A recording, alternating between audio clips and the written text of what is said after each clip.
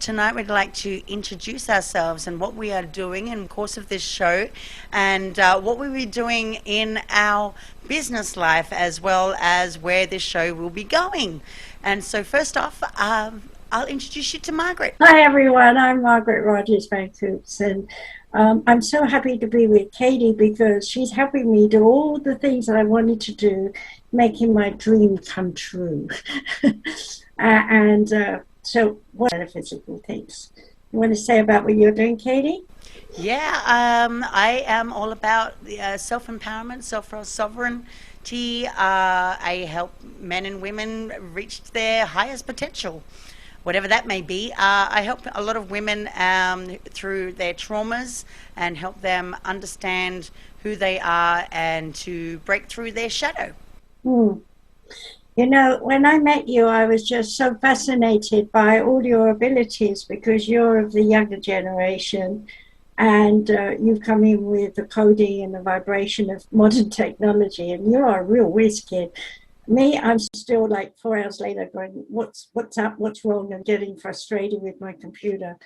So, things go wrong and things happen. I know that. But the bottom line is, it is the way of the future, and all the kids coming on are into it. And so we thought it would be a really good idea to do like everyone else and start teaching online and help people to understand why metaphysical study work is so important. And the bottom line is, I've been in this my whole life, and I don't want to hold the stories about me, but I think it's important that we share how we started. So why don't you start, Katie, with how you went into your studies in Australia? My studies started when back in 2012, actually, when I went to a school. It was a private school. I was looking for a way out. I was working at the time. I was working 3 jobs, 7 days a week, trying to pay my mortgage, and I needed another avenue. And I really, really enjoyed working with young people. And I went back when I was 17 years old, that I would give back, and by doing humanitarian work or becoming a humanitarian. And so, with that said, I did a lot of certifications and that were very people oriented. And from there, I decided, you know what, I'm going to go ahead and apply and see if I can get in, because I started out doing community development. So, in the very beginning, when I left high school, I became a community development manager, which can translate to particular jobs like project managing in community centers. And so, with that vow that I would give back, because I'd been through domestic violence and child abuse, I am a survivor, and sexual abuse, I went ahead and I decided, you know what, I'm going to go and do a bachelor of science, a bachelor of applied science in youth work. And that degree is basically there to for me to become a chaplain, and so Hmm. pastoral care. And so the school that I went to was Tabor College, and of course that is a very well known. It's not a school that you can get into just out of nowhere. You have to kind of have some really good marks to get in there, because it is private. But it's also a school that is non-denominational, that is run with the emphasis of incorporating a spiritual life. And so it didn't really matter whether you were, yes, it was a Christian school, but it didn't really matter what kind of walk of life you were in, and what you were what journey you were on and what stage you were on, because it was all recognized, it was all harmonized as one thing, because everyone has their own journey in life. So I went ahead and I did my degree, but didn't end up becoming who I wanted to become. Many years later, of course, I got into becoming a full-time writer. I was a full-time mum, a stay-at-home mum at that. And I didn't really know what to do after that. So I just started writing. I wrote my books. Now I've written and published 13 books now. That's 8 years ago. And now when I was going through my traumatic experience over the last 2 years and kind of going through the dark night of the soul, I'm like, well, hang on, what am I going to do now? And all of a sudden I had an epiphany, and I'm like, I'm back to helping people. It's just what I do. It's the gift that I have of, you know, compassion that I have for people. So here I am back repeating another cycle of what I vowed to myself at the age of 17. And I've gone ahead and I've gone online and I've gone and studied all of these courses on life coaching. And I mean, this came out of nowhere. I was in a domestic violence shelter, and I was helping women in there, inspiring them to, you know, because a lot of people who are in shelters, especially women and children, they don't have, you know, they don't have the inspiration or the motivation to uplift themselves because of the traumas that they've experienced. And so therefore, when I stepped into the light, I gave them that hope, that inspiration that they needed to keep on going, and create that resilience that they needed. So yeah, I can do this. Yes, I've experienced some traumatic things, but I can so get past this. And it was one night that you know, I noticed something really, really off, and you know, it's like, you know, you see in movies where you absorb energy and you feel like you've got static electricity coming from your fingers. I had that, and everything that I was touching, I was like static electricity, and I couldn't figure it out. And so I'm sitting there going, okay, so what do I do now? So I'm like, is it my feet? Is it the floor that I'm walking on? Or is it my shoes? Is it, you know, it's like an Einstein moment where your hair sticks up, but it's not, it wasn't like that. And I out of nowhere, I actually stripped down to my underwear. I went out in the middle of a storm in Oklahoma, and I was down to my, like, literally, I was naked, about underwear, obviously. And everyone was looking at me funny. I'm like, going, what are you doing? And so I went out in the middle of the storm. I sat in the grass and I grounded myself. After that moment, I didn't have nothing, no static electricity was ever experienced ever again. And from that moment onwards, I started to have more vivid dreams. I had more epiphany-like moments, and the writing that I started to, I mean, not that my writing wasn't good before, but my writing was somehow enhanced, and I was channeling. I was channeling all of my rights and all of this, and some, to the point where I was looking at what I was writing, and I was like, am I writing this? Is this me? I was trying to grasp my own work. I still do it to this very day. I write paragraphs and pages of stuff, and I'm like, I don't know where it's coming from. So I continue to do that, and of course, over the last 2 years, it's picked up a lot of people who have really, really appreciated the fact that I have shown them a mirror. Basically, it's my journey that I'm talking about through my own rights, but it's also mirroring a lot of other people that are going through the same thing. And so I do have, on occasion, people come to me and say, wow, you know, when you read something and it's like, okay, you just take it as it is and then move on.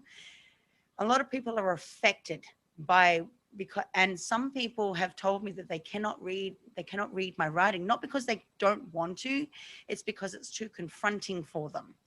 And it brings me to the fact that, you know, which goes into the specialization of trauma. And so I'm only writing, and I can only guess, and probably you can correct me, but from what I see, I'm mirroring people to help them on their journey of recognizing their shadow self. Can I interrupt you for a minute and just point out to the listeners that you are very typical of your generation, because they're all psychic, you're psychic. And the problem for you was that you're like my age children, you know, so my children were born psychic too, but they weren't rushing to develop it, even though their mum was famous. So I understand what you're saying. I just want to interrupt you there because I think there's a lot of people that are going to be saying, that's happening to me, you know. And Yeah. it took me a very long time to understand it. And now I'm kind of like, I'm in my mode of where, you know, I'm no longer searching for a path. I'm no longer looking for that journey because I'm already walking it. And it took me a long time to realize that. And and once I realized it, I went, you know what? I am who I am, take it or leave it. You know, and it wasn't about my writing. It was more or less, I was developing into the woman I've always meant to be. Mm.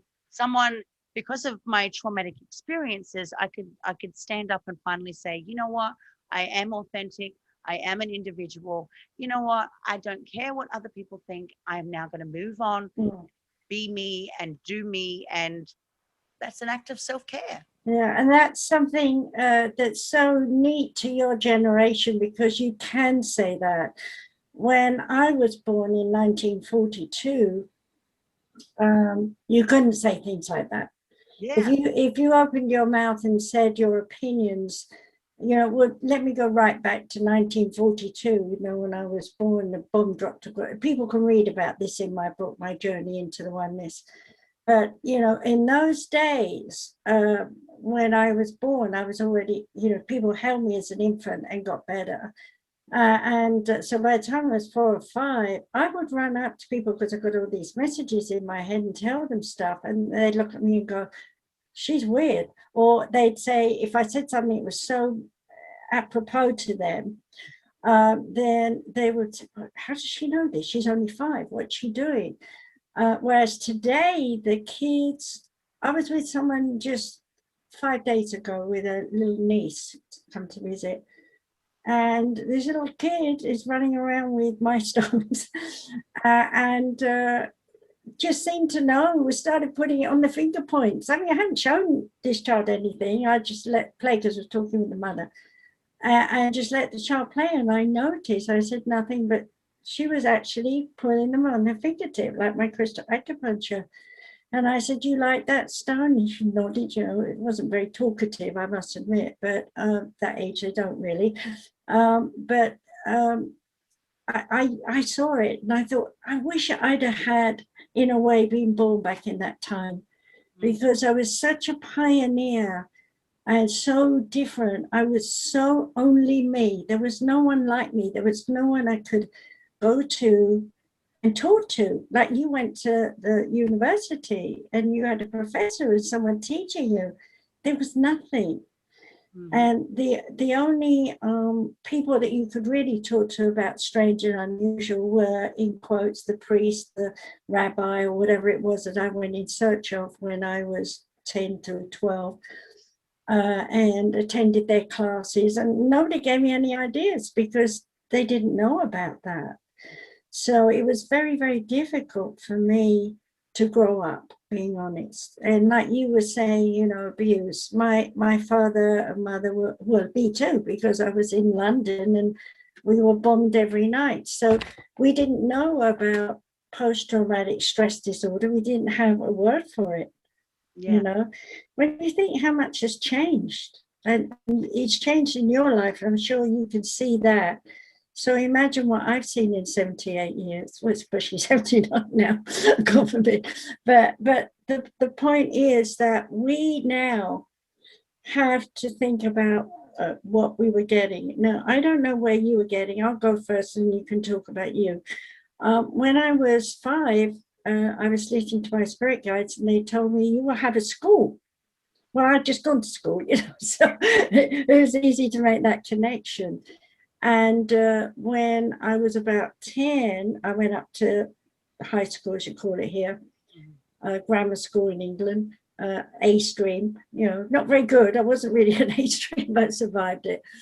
And that time I was hearing the word college. See, so I thought, okay, when I get older, I'll open up a college. Then when I got to college age, I was thinking that I need to have a center. It changed. I need to have a place where people can come and learn the classes and see the demonstrations that I could do.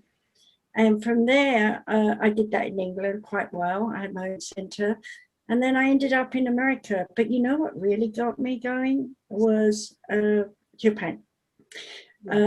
Japanese can really, really study hard. And I was asked to create courses. Mm-hmm. And that was the door opener. I went, university, I'm going to have a university one day. And of course, there was no online. There was not, back then, I'm talking I first went in 86, but I didn't really get the idea till about 95. And so there I was doing all these courses, and these students so diligent, and they would come back and do 5 levels in 5 different topics. And that was just a start. And then they went on to do workshops or other things that they wanted to learn. This young generation today, these kiddies that are growing up, they don't want all this. So we need to build. So here you are with me, building our online university of metaphysical studies. And you've already discovered with your life how great you are with radio. So why don't you tell people a bit about what you've been doing? Well. I have been doing so. I actually started out in radio. Officially, really in 2017. I was working for another network. I was helping out and volunteering to help build the network as a program or station manager. And so I was the backbone of the network. I was running the servers and helping out with promos and producing shows. And I think at one stage we had 224/7 schedules in 2 studios as we grew and grew and grew. And of course, that's where a lot of my radio experience is from. Prior to that, I was actually a publisher. And so I went from publishing my own book with another publisher who ultimately actually ran away with my book, but that's okay. I republished it in 2015. And of course, by that time, I'd already started the publishing company with my ex-husband. And of course, from there, I think I published, 68 books over the course of 5 years. If I remember correctly. Yeah. And so I learned the publishing business inside out. I was helping other people publish their books, not just give services, but actually publish their books as well, help them tailor through. Because I saw myself 8-9 years ago, I saw myself as an amateur writer. And then all of a sudden, 3 or 4 years later, I'm now helping other authors live out their dreams. And so I've always been someone who is, I preach about just because you think that life is impossible doesn't mean it's not possible to make those realities become possible. So I have always seen myself as someone who can help or as a catalyst to make others' dreams come true. And so moving on to radio, I was moving on with that. And then, of course, I had a 5-month break from that, got back into radio again. And of course, at the same time, I was also building my own company, which is what I now know as Somafusion, Mind, Body, and Soul. And that was the life coaching. That was all about giving therapy, about, I also had dreams to become a coach in relationships and start a dating site to help entrepreneurs find love. So that's still there as well. That's on the side, on the back burner, but they were realities, and doing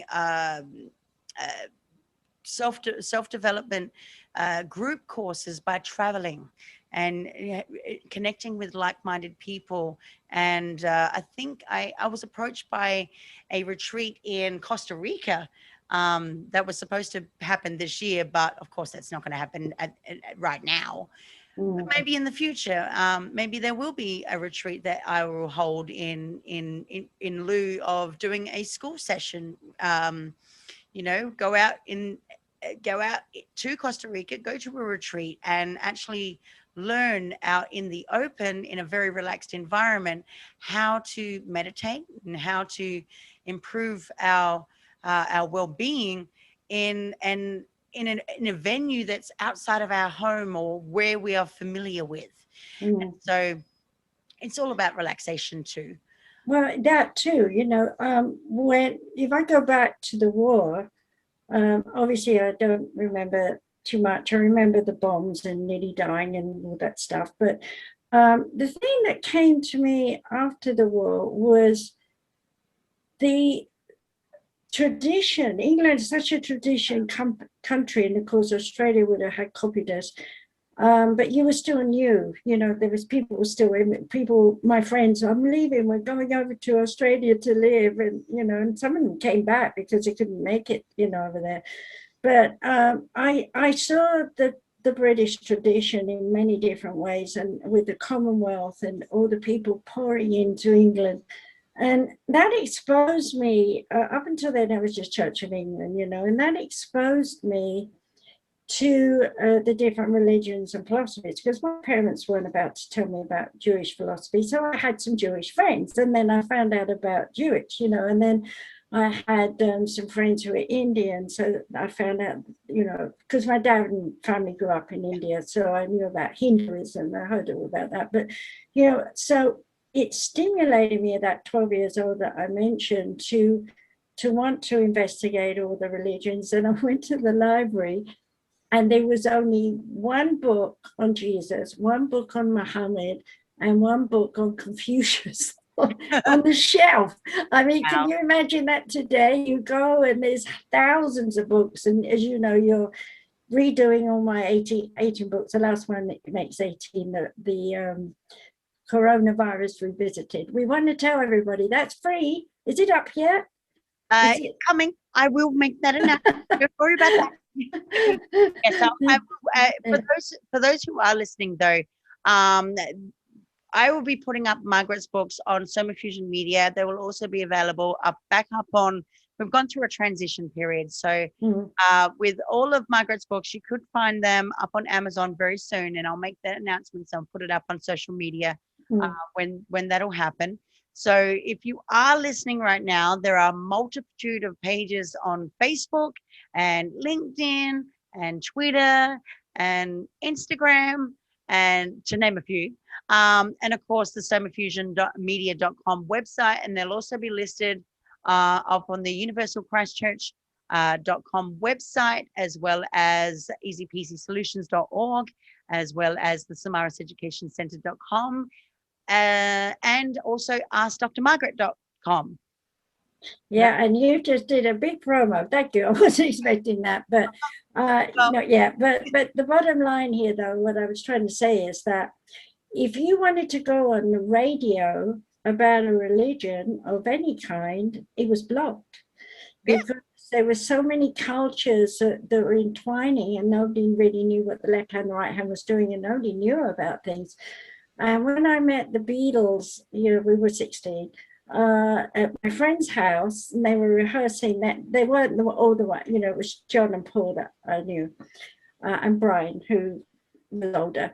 And so when they asked me would they be famous, and I said, oh yeah, you're going to make it. Little did I know what famous was. And now I'm jumping around in my mind, because to me, famous in those days was going to the Palais to sing, and the house would be full with that many people. That was famous. Okay, now today, look at what we've got. We're online here, and the world can watch it. So fame is changed. I mean, you used to sort of follow someone, and just know about them and everything you could. And now today it's like, oh, there's this group and this group and this group, and I need to watch. It's overload in many ways.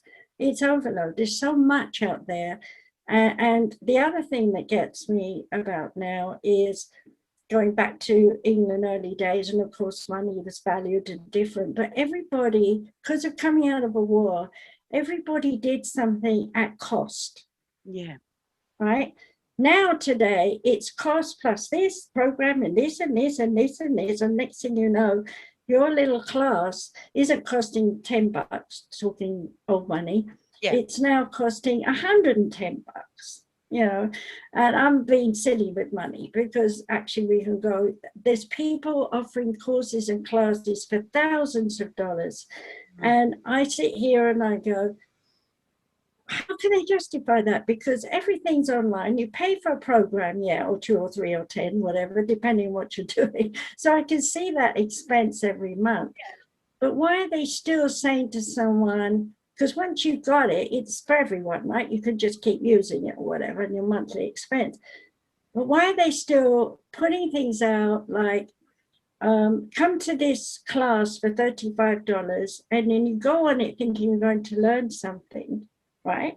And it's pitch, pitch, pitch, pitch, pitch. So I want to make it very clear that my dream was never about making a fortune. My dream was always about give them what they need. And I'm known for giving away a tremendous amount of time for free. And I did that with my radio show, Journey into an Unknown World. You were mentioning it, your show, and now you're managing that for me. SoundCloud. She's a whiz kid, everybody. Yeah. And of course, I've had Margaret on my show before, and like with my show, I started that over a year, and you were on my 12-month anniversary, my 1-year anniversary. Margaret came onto my show, and we were talking all about what she was doing for the upcoming 5D conference. That was last October. And I was told, to go into radio, I gotta speak my voice. I've got to, people are going to hear my truth and what I'm doing now. And because I was in the quote unquote new age woo woo arena, and I'm like, I'm not new agey. Don't try and put that on me, because that's another thing that a lot of people, they try and tell you that you're new age because it's metaphysical, and some things are, and some things have just been taught from the dawn of time since ancient days. And of course, there's different ways of saying things and different ways of learning things, but it's all a matter of perspective. And so I'm much like Margaret, where we both two very different people who have very different perspectives on similar educations, but very different perspectives on the topics and that we teach. And so, and that's a good thing. So I come from a more academic point of view, whereas Margaret, she's very intuitive. And I'm still developing my psychic abilities, even though I still don't recognize my psychic abilities, and that's because I don't like to blur the lines between what I do academically as opposed to my intuition. So I can be highly logical and sound like a robot sometimes, like I do on my show, but I'm trying to teach you from a very higher perspective, rather than, I don't like teaching from a 6th grade perspective, because I believe that at some point I'm going to find some people out there that are very awoken. They're very attuned and very balanced in terms of what they receive and the information that they receive within themselves to help them on their journey, whatever that may be. Yeah. And what you were saying about the radio show and everything, I found my mind going back to in my 30s. I had a friend, and we went on a tour of radio show stations. So can you imagine? I had to say to my kids, Auntie's going to look after you, blah blah blah. I'm leaving for 2 weeks, and they're looking at me like, what? Because I'm on the road for 2 weeks going all over the Midlands of England and different areas. But, that was the doorway for me to realize that I could travel abroad. So, of course, it took me to Spain and France, and I had an interpreter. My French was better in those days, but I've forgotten it now. But the thing is that, to get in the public eye was very, very difficult.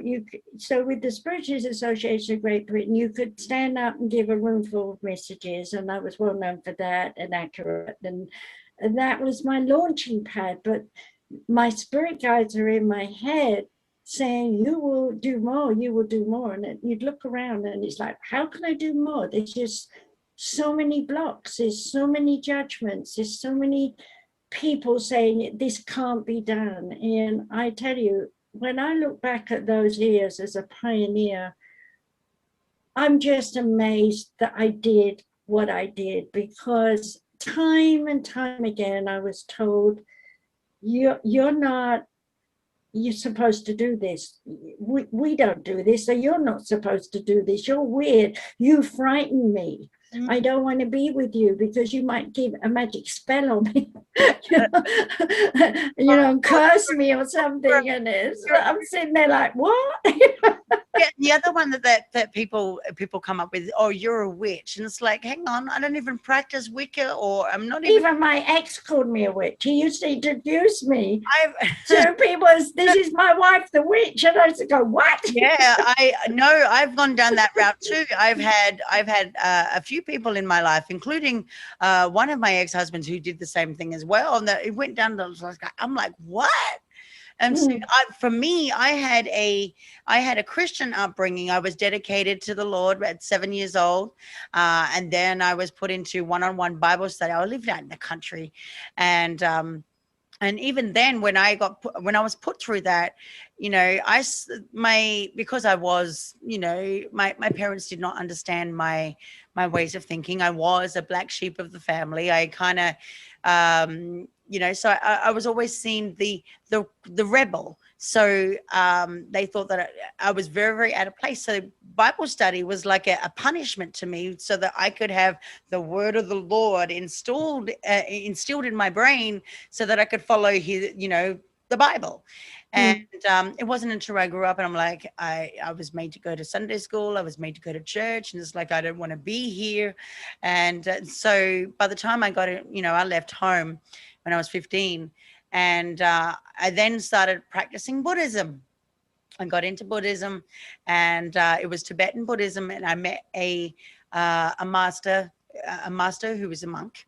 And he taught me everything about Tantra and a lot of the practices that go within Tantra. We're not talking about sex here. We're talking about Tantric principle.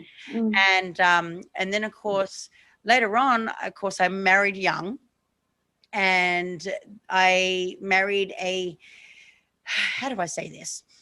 I married a man who was upside down. From your world, upside down.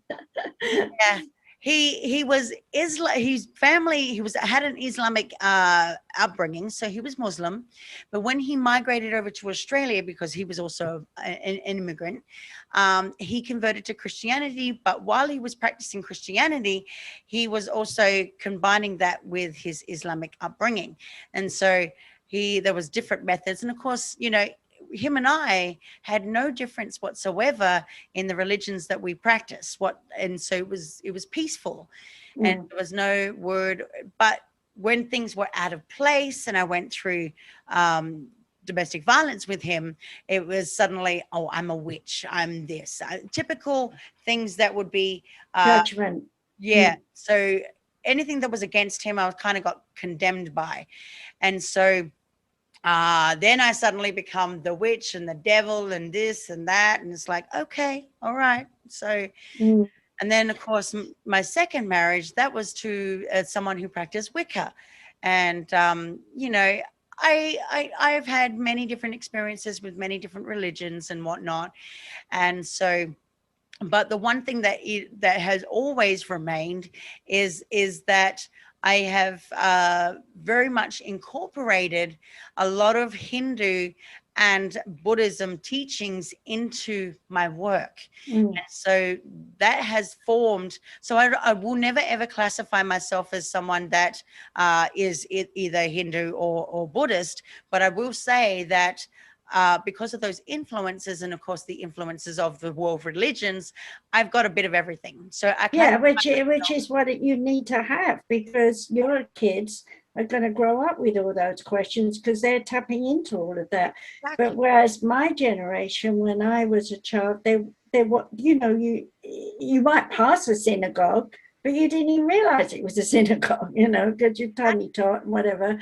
But you know, the ultimate thing is that when you find out, like I said, I wanted to go to the library to find books and read about these people, but instead they came to me. So I had the first major teacher that taught me everything I needed to know was Siddhartha Buddha. I'm 7 years old. And Jesus used to come and he'd stand there and just look at me like this, you know, and over his shoulder. And it was a memory that I learned years later, read about it in my book, that I was one of the disciples, but I didn't know that then. And the main thing about my search, going from church to synagogue to whatever I could find, was I was welcomed because everyone thought they were going to convert me. Yeah.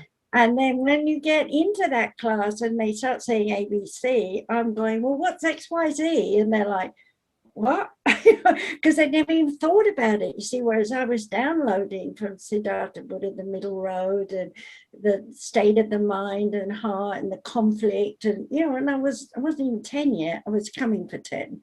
And the reason I got to go to those environments, I had friends who would go there, you know, and I'd tag along. They didn't invite me, I'd tag along. And then, you know, having so many Commonwealth people in England between 10 and 15, my father, background, upbringing, snobbery in a nutshell, can't play with this, talk with this person, do whatever. I would go out of my way to go to these places because I wanted to hear what they would say, and out of the mouths of those people came wisdom. They didn't know why, but it was the wisdom I needed. And so I picked up a lot of things like that, but I will say 90% of what I learned was from the oneness. Yeah. There wasn't anywhere else to get that information, you know. These kids today are lucky. They're coming in with 3 extra strands now. You've got 2, and they'll come in with more at a given time. And so we fast forward to 150 years from now, we won't even recognize this. No, exactly. And of course, you know, with that said, you know, it's very, very, I mean, for me, I've never picked up the Quran. I've never read any Wiccan books. I've never read any Buddhist books that have been translated. Never read the Bible in full, and yet I can talk on a spiritual note. And I've had people come to me and say, you sound like this person, you sound like this, and you sound like that. And I've never actually picked up a book to even, because you're channeling it, because I've channeled it. Yeah. And so I get a lot of people every now and again. I might, they come in little doses, and they'll come to me and say, oh, you resonate with this person, and they're long dead. Yeah. And you resonate with this spiritual leader. You resonate with, I'm like, I do. Yeah, because you may not even have heard of those people. I know I had a lot of that throughout my life. But you know what my spirit guide said to me during that time? I was probably coming in the 1970s. We started in England the Mind, Body, Spirit events, and I was, of course, involved in that because I was a keynote speaker. And they didn't call them keynote speakers. Just a little thing, you know, things change. But the interesting thing was that whatever I was channeling, someone would turn up afterwards and tell me it. So I always got a confirmation. It was like the spirit guides went out of their way to make sure that I didn't think it was imagination. Because prior to that, I would be like in a bus stop waiting for a bus, and you know, 6, 5, 7, somewhere around that age, because I was doing it all the time. I would be standing and say waiting for the bus, and the message would come, and then I'd have it, and I wonder what I'm doing with it, and I'd sit on the bus, and then suddenly this person would loom up, and they would say, "Go tell them what we told you." Go and I get so much courage to get up and go over and tap this person on the knee or something. Say, "Excuse me, your auntie is very happy in the oneness. She didn't feel the pain when she died." And they look at me and go, "Oh, what? Thank you." And her name's Emily. "Oh my God, you know her name?" And I'm running to get off the bus because I didn't know what I was going to say after that, because that was a message and I was dried up, you know. So confidence was never with me. And I needed a lot of people around me to tell me I was not going insane, you know. And my mother, she covered it by was saying, you have a vivid imagination. She'd say that even years, just a few years before she died, when I told her I was writing another book and so on, she said, I don't know how you write all these books. How do you know all this stuff? You always did have a vivid imagination. And I thought, how many times have I heard that? You know, and there are a lot of people like my mom who think that she got a hold of philosophy from some Zoroastrian thing. And there was in that philosophy at that time was you only incarnate once. And that you feed off all the people who incarnate and you get all the oneness that way. And all the life's experience here on earth. And she was a cripple, so she was really martyr, you know, capital M with a Pisces. So to her, that was a very befitting belief that she's only here once, she's going through all this SHIT, and that it would be done, and then she would rest in the laurels on the right-hand side of God. Can you imagine how many people on the right hand, and if one could find God in human form, and nobody's on the other side? Where did they all go? There's so many little sayings that we had, and here am I, you know, somewhere between 7 and 15. Those years were very informative for me, listening to Spirit, thinking, hearing this stuff from the mouths of people, and then going home and sitting on my bed and saying, what does that mean? And then having them in some way explain it to me in a way that I could, obviously a child's mind could understand, that it was either unimportant or it was misinterpreted or misexplained, and not to worry about it because things are changing. Mm-hmm. Well, you know, so when I had a period where I kept going around telling you everything's changing. And that was the beginning of the mind, body, and spirit events, because the mediumship had come to a point where I remember I had my first set of tarot cards there. They were the Marseille pack. Mm-hmm. Nothing in them, just little coins and things, and yes, pictures of the page and so on. Mm-hmm. No, nothing to tell you what to read. And so I laid them out. Same with runes. Nobody had runes. I found them at the Spirits Association on the shelf for donation. And they were burning my back while I'm talking, you know, what the hell's burning me, you know? So I took them home and laid them out. And today I still read them, and I put them in different shapes and things just for fun occasionally. I don't really need them. Same with tarot cards. I get them out sometimes just for a change, you know. With tarot cards, I had this wicked idea about 6 months ago. I'm like, okay, everybody around me, because I have a lot of people that are psychically attuned, who also do tarot card reading. I'm like, I feel left out. Maybe I should do this. I'll go get my first packet of cards, and I did. Good. Yeah. So I'm like, I've never ever read tarot. I don't know anything about spreads. I don't know nothing about anything. I've only seen what I've seen on YouTube videos, or when somebody's given me a reading. And so I figured, you know what, I'm going to try this out for myself. And so my cards, and I tested it out on a friend of mine, and she was like, wow.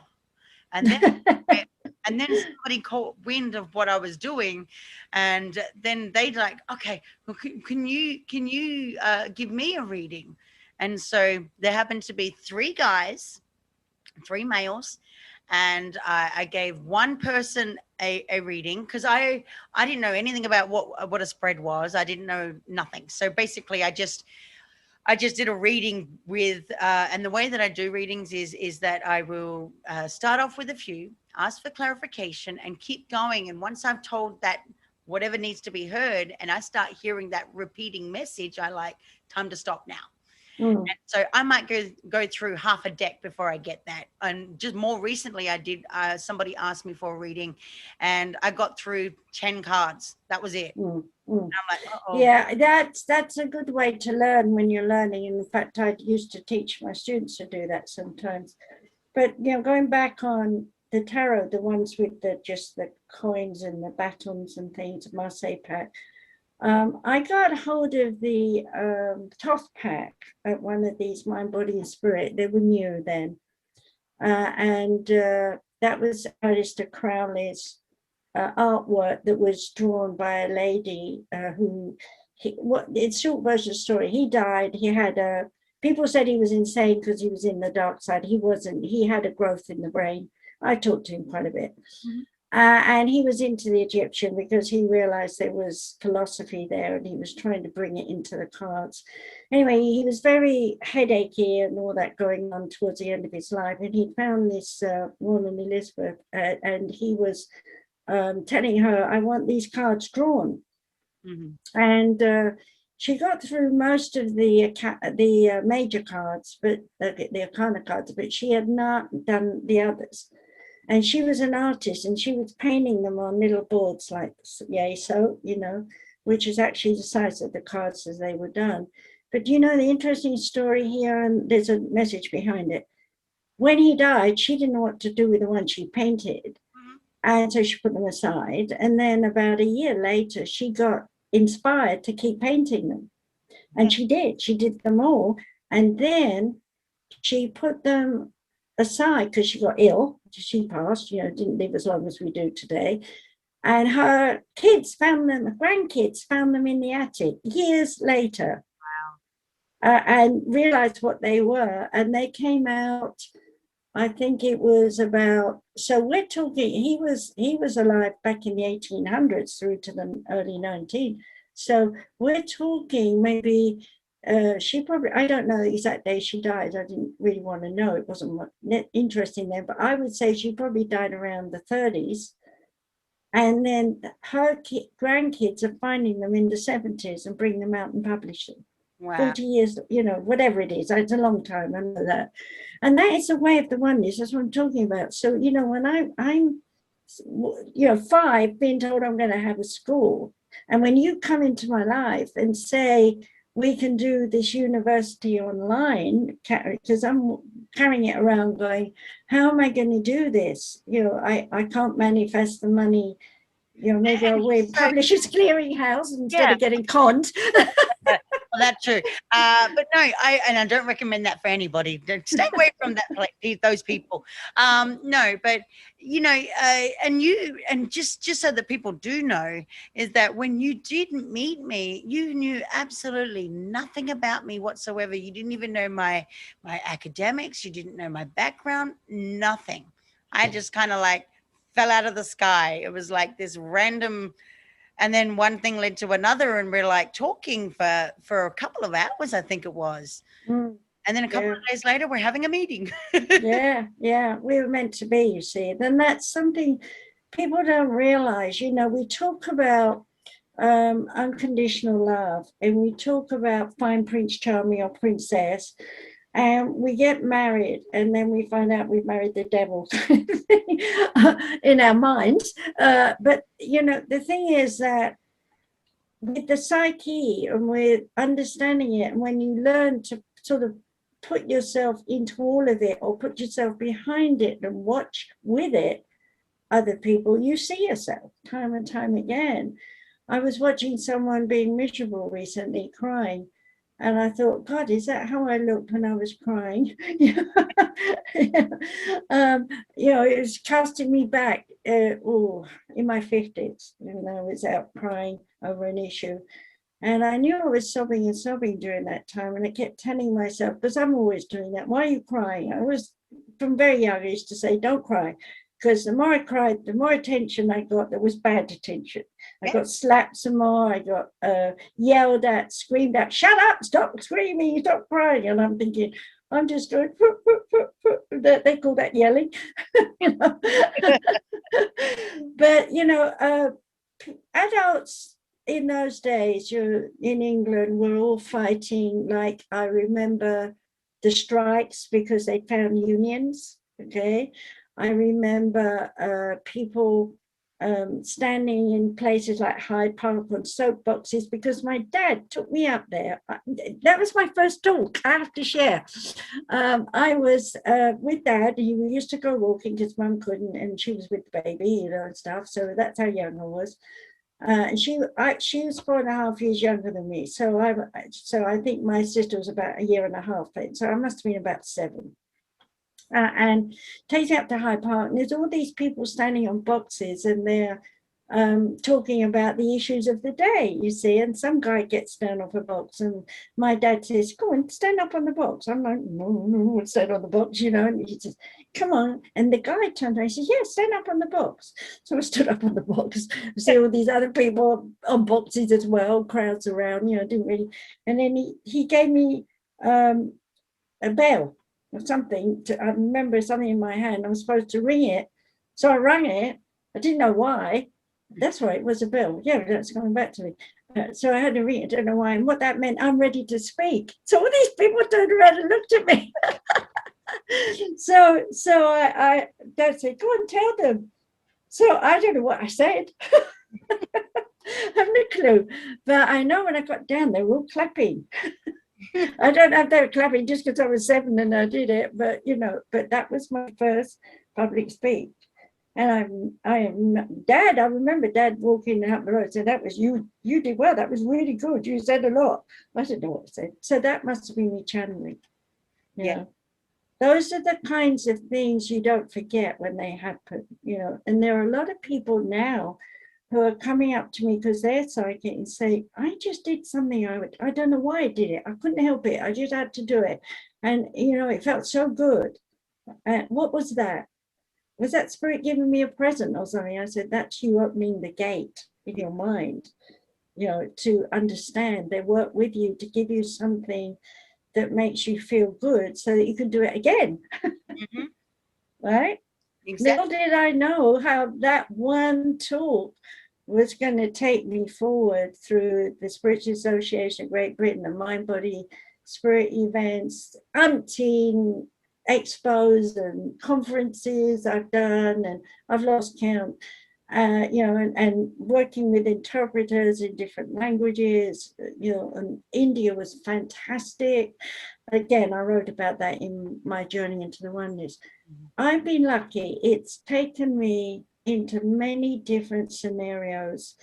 I've even been in whorehouses and taught to the prostitutes, you know, in several countries. And I've been in the lowest of lowest. I've been in the company of mafia and people. I didn't even know it till afterwards, but I wondered why they were all coming in with guns on their hips and looking all around and checking every room. And I'm thinking, who the hell's this? You know, and it turns out it's head of the mafia in Japan. And then I had the king of Hussein. You know, there's all these different people who have been very famous, have been brought into my life.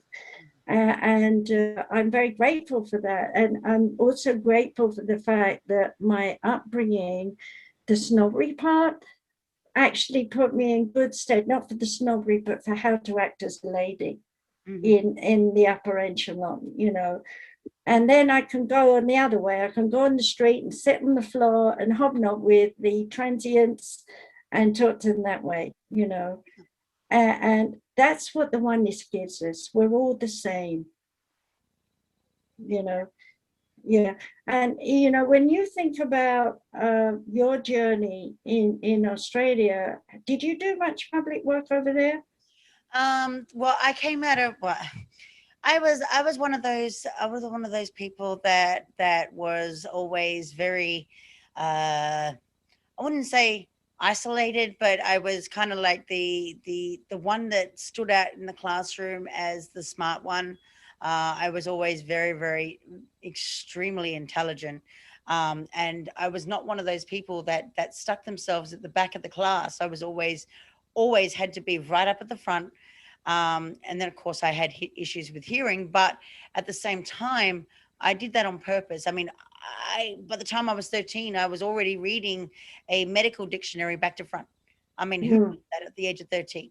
So when I was at school, it got to a point where, in terms of public speaking, I finished school, and then the education department actually got me to volunteer to do public speaking for the education department, to teach uh, deaf and hearing impaired teachers how to teach deaf and hearing impaired students the proper way. And so I was going around to numerous different seminars and doing public speaking that way, and showing them this is how you would do it. And then I got involved in, which actually eventually led me on to receiving a award for community service. It's an award through the Lions Club. You probably might have heard the Lions Club. That's world renowned. Mm, But mm, the Lions Club have a special program called Children of Courage for people who have disabilities. And there's mm, less than, I think there's now less than 600 students over the course of, I think over the last 20 years that has since that program had started, has been a recipient of one of those awards. And it was mm, due to the fact that I was a woman of or a young girl of disability, who was able to go out into the community and still have that courage to go and speak and support other people of disability, to help them with their own courage, and to stand up mm, and have a voice of their own. It is much like what I do right now. And of course, yes, I with all the successes in life that I've had, I now have gotten to a point where I now help other women, and I'm not discounting men, but right now I'm concentrating on other women who are trying to find their way out of whatever situation that they've been through, whether it would be, down and out because of whatever criminal activity that they've been involved in. It might be just as simple as um, as theft or whatever. I have worked mm, with many women like that. There are projects that I'm getting involved in right now that just for instance, inmate publishing, helping writing courses for and helping support somebody who is trying to do something with their lives, and encourage people to help them on their journey, and understand the healing processes that go behind it, in terms of incarceration. mm. Um, and of course, I'll make lots of notes about that later on other shows, and I'll make announcements up on social media about that. But in terms of, so that was disability. And the other thing is too, is that I connected with a lot of people that were homeless. Um, Mm, because of my giving empathic nature, I was connecting with people who were homeless because I believed, and I think I said it on a show about 12 months ago, that the people that I really, really want to connect to were those that were in that 1D, 2D mindset, the ones that were really down and out. We're talking people of mental illness. We're talking people who were in bad circles. They were people who just could not jump over that hurdle. And so, by what I try and do is I try and teach people about the raising awareness about the certain issues that happen in society from a completely different perspective, from a very real perspective. mm, And I incorporate that element of faith, just so that, because everybody deserves to be loved, everybody deserves to be have a glimmer of hope, see that light at the end of the tunnel. Because I know for a fact, due to my own personal experience, I could, due to traumatic experiences throughout a lifetime, I had seen that revolving door. You go and you think that you think that you have a way out, and you keep going around and round and around in circles, until mm. suddenly Yeah. somebody, and it was a friend of mine, who got that, metaphorically speaking, that baseball that whacked me on the head and said, no, this is what you need to do. This is what you need to do. And what will it take for me to walk through that door and never look back? Back. And Mm, so that process actually started over 2 years ago. And so it got to a point where, you know what? it is what it is. And now here I am. I'm teaching the worldwide population. And in fact, in a 2-year period, I just found out that I have reached over 2.1 million souls. Really, on the radio, that's wonderful. Yeah, Yeah. yeah. And we need that. I mean, the work that you're doing is very important. For me, I wish I'd have had that time, when I was growing up and doing the public work. But, I guess I wasn't meant to. So traveling was a lot. I mean, I've lost count how many times I crossed the Atlantic in the Pacific, hundreds of times, backwards and forwards. Well, I like to see and be with people in a room. Yes, I do. But I've got to be admitting that sitting here in a chair, like I am here, with my little set, my healing room, I don't have to get dressed up. I do because I like to, but I could just sit here any old how, be in my pajamas, and nobody's going to be upset about that because those dress up rules. I mean, I remember, this is really true. I remember in my 20s being told that when I go to the Spiritual Association of Great Britain or anything, I must wear a suit. Yeah. And I can't wear trousers, as they were called then, has to be a skirt. Yeah, and you have to look a certain style and you have to have your hair up and whatever. And then the New Age came.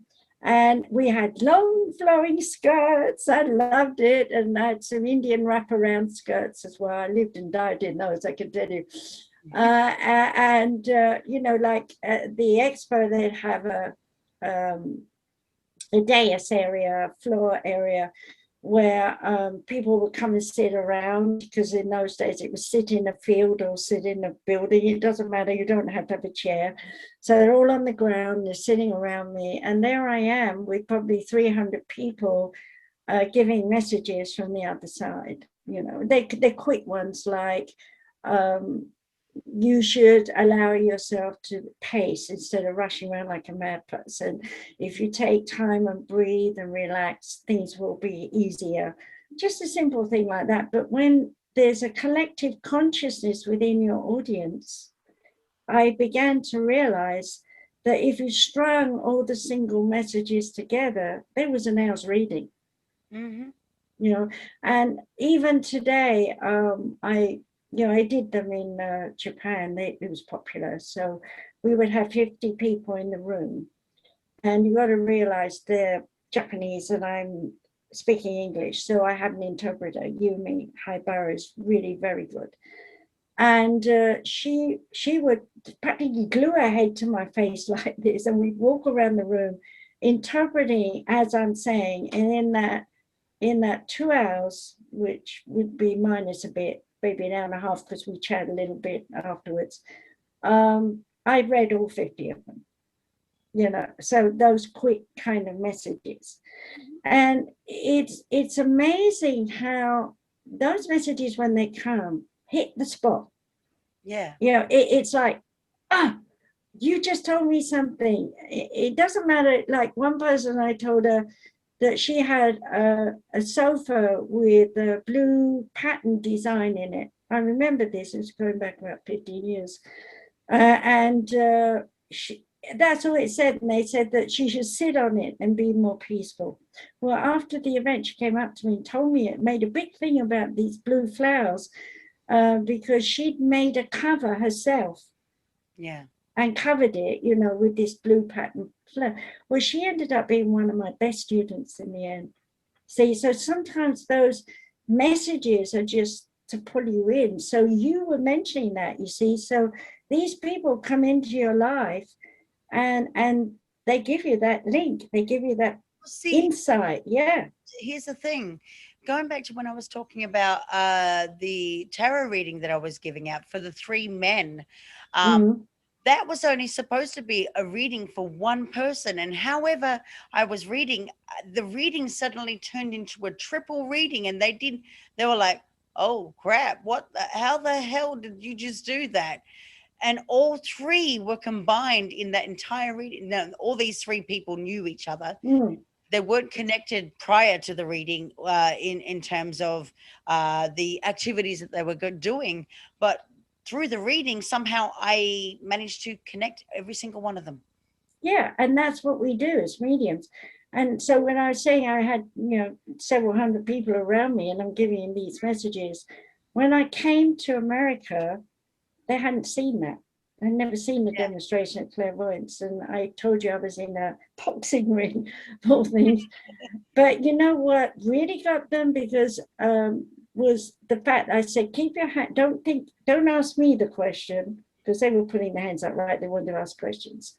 I said, think your question. And then after that, I spent just the time telling them the answer to the question when I'd never heard it. That got them. And because I, I was so busy doing mini readings at that event, I made a fortune. And I never charged. You got to remember, in England, I never charged anything. So I had to, because I'm coming over to America, got expenses and everything. I couldn't believe that I was only getting like $5 a reading in those days. But you're doing 25, 40 people a day for 10, 15 minutes.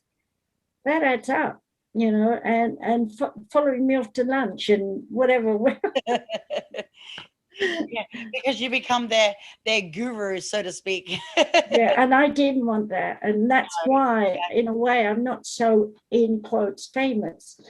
Because I made sure people didn't put me on the pedestal. I didn't want anyone, especially because of my past lives and all the things I've got, I didn't want anyone knowing about it for a long time. But I finally put the one that is the most important center of my being into my journey into the oneness. I'm really pitching that, aren't I?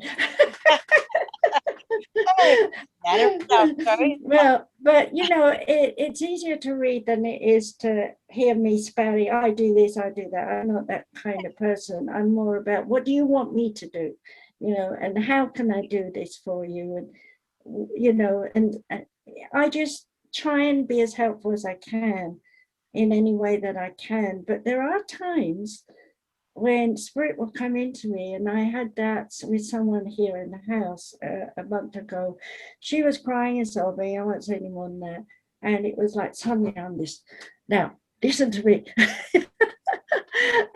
And it really laid into her, and I had to keep saying, this isn't me talking. But sometimes that sternness has to come from the other side, because people are, especially when I was working with the mentally deficient, as we call them now. But working in mental homes, watching all the schizophrenic, paranoid, the real hardcore stuff, you could see them channeling earthbounds. Yeah. You could see them channeling their spirit guides if there were. And I would often say to the doctors, because I'd sat in on the counseling part, I'd often say, this person is not possessed. They've got an earthbound spirit, but they're also a medium. What's that? I don't know what you're talking about. Or you try and explain, oh no, that's not in our go beyond the psychology of things, and people just like, yeah, no, it gets to a point where if you've never experienced it, then you can't walk a mile in their shoes, kind of scenario. And there's a lot of people, especially paranormal experiences and psychic experiences and whatnot. A lot of people don't really understand it. They think it's very very woo-woo, they become very skeptical about it. It's not a real phenomena at all. And however, some things can really actually, don't get me wrong, there are a lot of people out there with gifts that are very, very underdeveloped, and there are a lot of people out there also that claim that they have gifts and they really don't, because there's two parts to psychic development. Is the true gifts, and then the other. And look, remember what you were saying before about never asking a question. I have certainly never done a tarot reading without, I will never ever go up to somebody and say, ask me a question. I'm just like, let the cards do the talking. Whatever will come out, it'll come out. And lo and behold, it really does. But then you get the other part where there are psychics out there, or psychic mediums out there that actually do prey on people, and they use basic psychology in order to read you. And so sometimes it's very, very hard to differentiate between what's real and what's not. So how do we differentiate with someone who has a real gift as opposed to someone who's just using basic psychology? And to go back in time for that, to kind of explain that a little bit, why people grew up, say my children's generation and maybe a bit before that, was that people would say, we don't believe your mouth opening because your eyes are open, this is you. And NLP was coming out, neuro-linguistic programming, because we're starting mixing species and so on. And so what became popular instead was the trance work. Now, we have to go back in time to the late 18s and the early 1900s, when there was a lot of physical phenomenon happening. And you can, anyone listening, you can find this online. You just go to search for old photos and you'll see like a medium shut, and there's all this ectoplasm coming out of their mouths.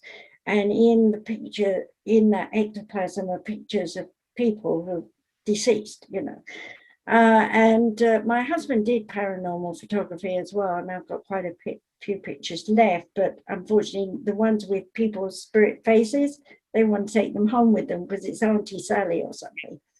So we weren't able to keep them on. Trying to take a picture of a picture, when you're doing an event, it just didn't happen, unfortunately. So we lost a lot, but I was his study book, as it were. So he would ask me to do a trance session.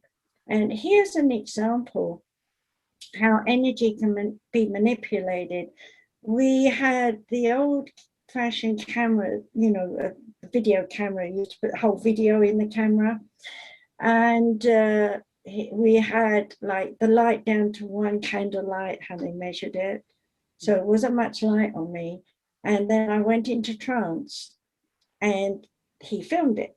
And he said to me somewhere in the beginning, I don't think anything's going to come out on here because we can't even see you. But anyway, we did it. And when we ran the video in the machine, there was all these speckles, how it does snow, and all of a sudden these snow speckles came together and there was red cloud. Long enough to look and go, oh, you can see the feathers and you can see his nose and his mouth, and then it would dissipate and then it would come together. And Sister Teresa was a nun, Saint Teresa was working with me, and she was there with a habit and everything. There was about 7 of them, and we got that out and we showed that to students probably 6 or 7 times. And then we never brought it out, and years went by, and we found it, and let's see if it's still there. It wasn't.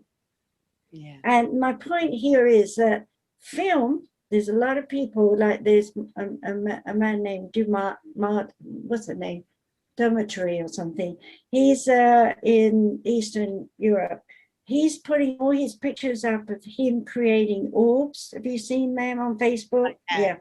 He calls me all the time because when he first put his pictures up, I contacted him immediately and I said, you need to tell me what you're thinking, what you're feeling while you're doing this, because the picture on its own, people are going to say you've been fiddling it, because my husband, first thing he would do, and he used to look at pictures, people would come all the time, I've got orbs, I've got this, and he'd explain it, that what time did you take this? There's moisture in the lake, that orb is moisture reflecting light, that's why you've got it, things like that.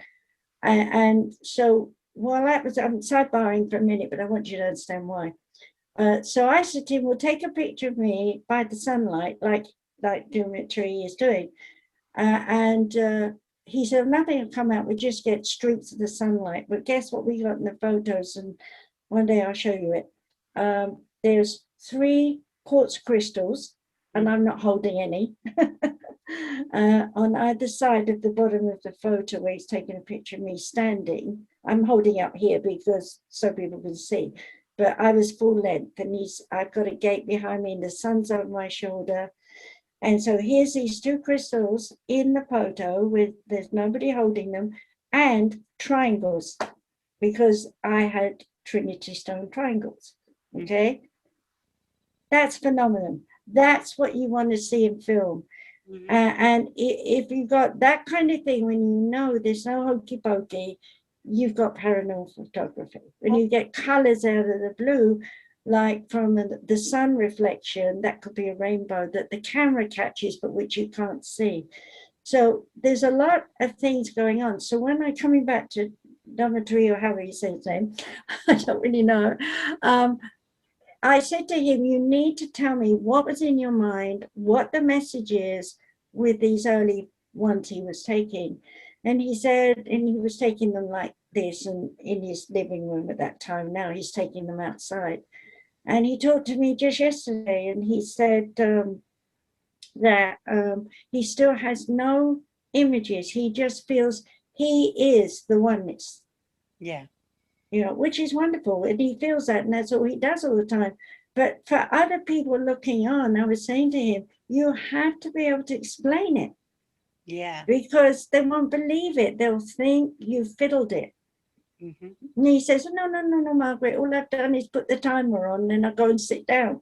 I said, I know that, because, and I believe that because I've done that with my husband. But thousands of billions of people across the world haven't. No. And unless you write what you were feeling and thinking, and I can't get past that with him, and I'm still trying to get past that with him, because what he is doing is amazing. He's getting 3 dimensions. He's getting alien space connections. He's got stuff that people don't understand. And you know, one day he's my age, so one day he's going to not be here anymore. And you know, he's a bit younger than me. It's about between us somewhere. But you know what I mean. His work will just be buried because he's taking so many and no explanations.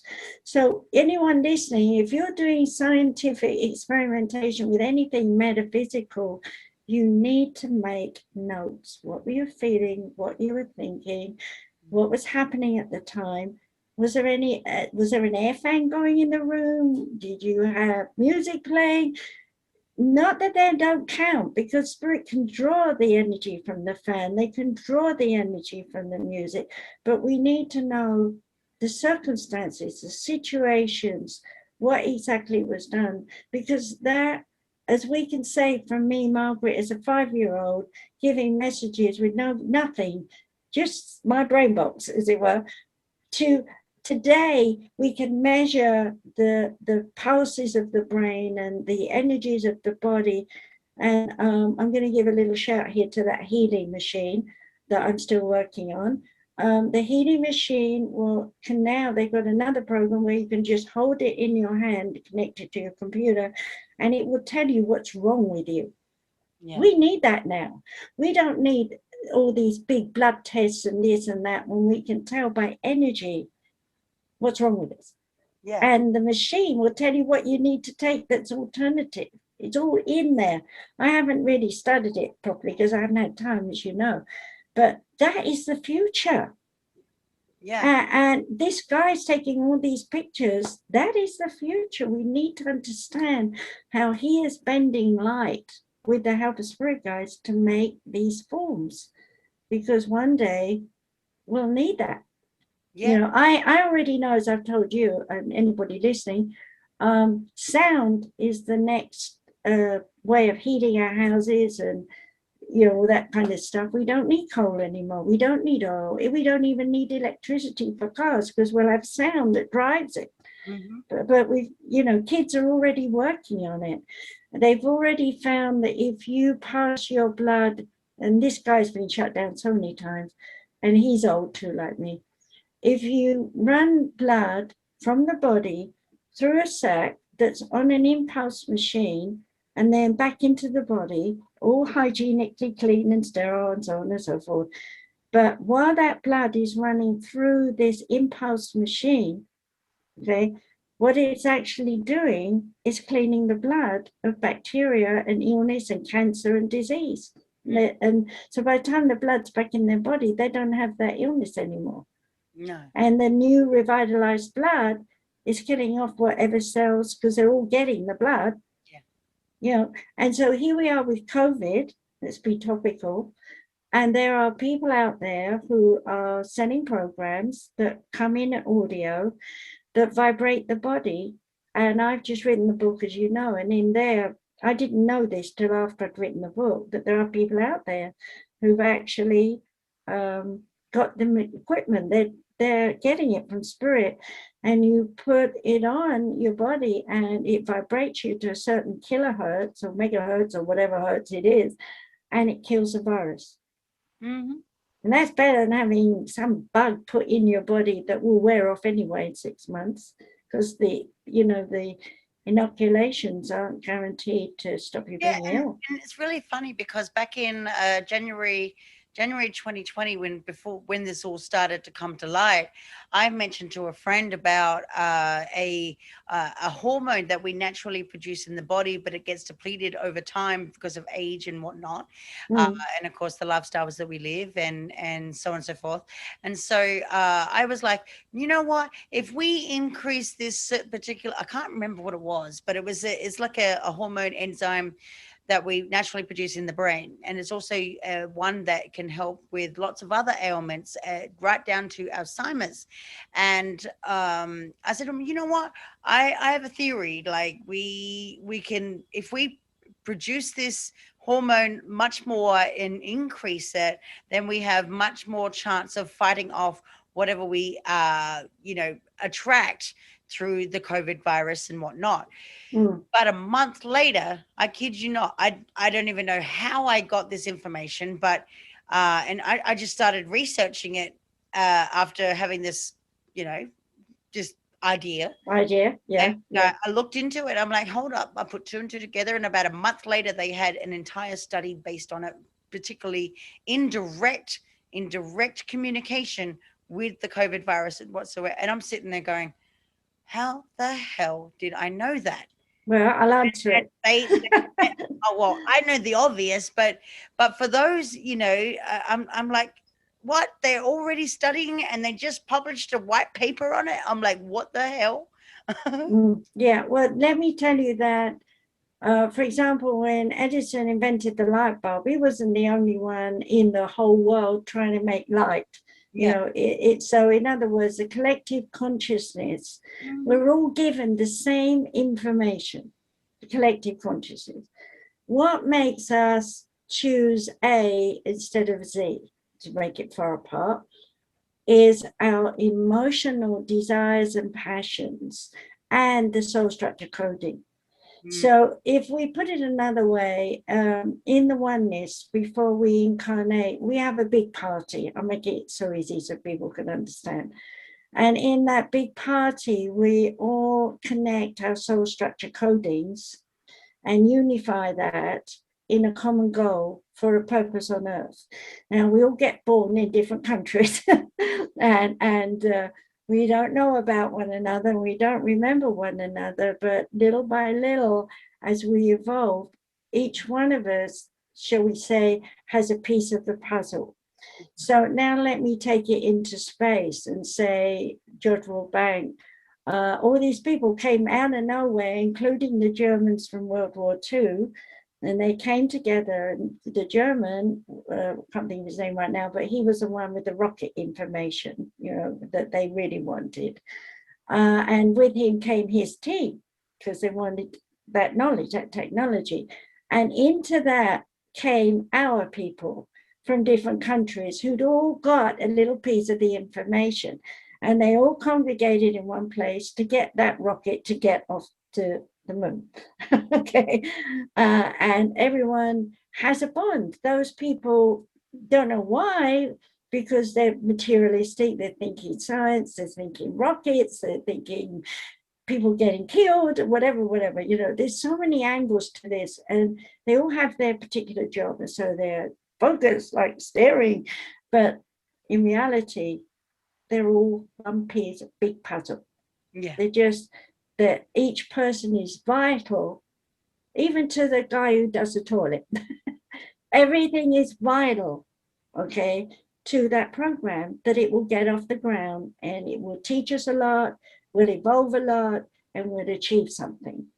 And right now, the virus, which we've got in the book there that I wrote, is here in a way to clip our numbers. But when you think how many numbers are dying concerned with how many are being born at the same time, we're not really losing many people in terms of the quantum amount of people on Earth. But, I was watching something yesterday. I'm sorry I'm hogging the thing here, but it takes time to put it all together. About the flood, and whether God caused the flood or whether the earth flipped over because of the sun and whatever, who knows. But this was people who were trying to find that, Noah's Ark that I was watching. And they're all philosophical about getting to the top and having a spiritual event, feeling next to God, but nobody found the boat, So I watched all that. And I came away from that with the understanding that I'd had so many times with so many other things I've been doing in my life, that when the timing is right, we as a collective consciousness all get born and we do what's necessary. And this is definitely, the timing is right for us to invent the computer, to invent alternative medicine in a different way, and to make our life living a better way to live. Someone said to me and interviewed me years ago, I was about 30, about how the future would be. And I was talking about collective buildings, like we have big buildings and everybody has their own room. Well, I was talking about collective groups. I can't remember the words that I used, but colonies of people, if you like. I want to use it like that. So instead of we are the people of New York, we are a colony in New York, and we're all working together for the same reason. We're a colony in another town, and we all build and we restructure, and everybody knows what everybody's doing, and everybody's working together. And people looked at me like I was insane. And they will probably still say I'm insane today with that idea, but wait till these babies are being born, grow up.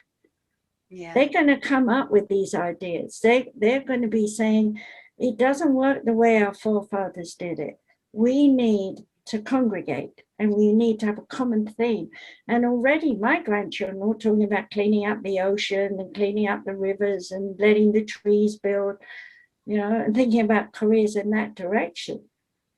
And your kiddies are even younger, so they're going to be on the front line when they want to, by the time they're in their 30s. I do know that the millennial generation too, that they are pioneering a lot of things right now, and we're talking about the millennials being in their 30s, their mid 30s onwards. A lot of the millennials are now going into their 40s, and we are just on the forefront of new innovations and the future. The things that would be absolutely absurd 20 years ago are now completely way out there right now. And it's like, okay, now we're talking about space hotels and of course the Mars colonies have been much talked about for years. But in terms of technology and technological advancements, and we can go straight into the age of Aquarius, and we're going in from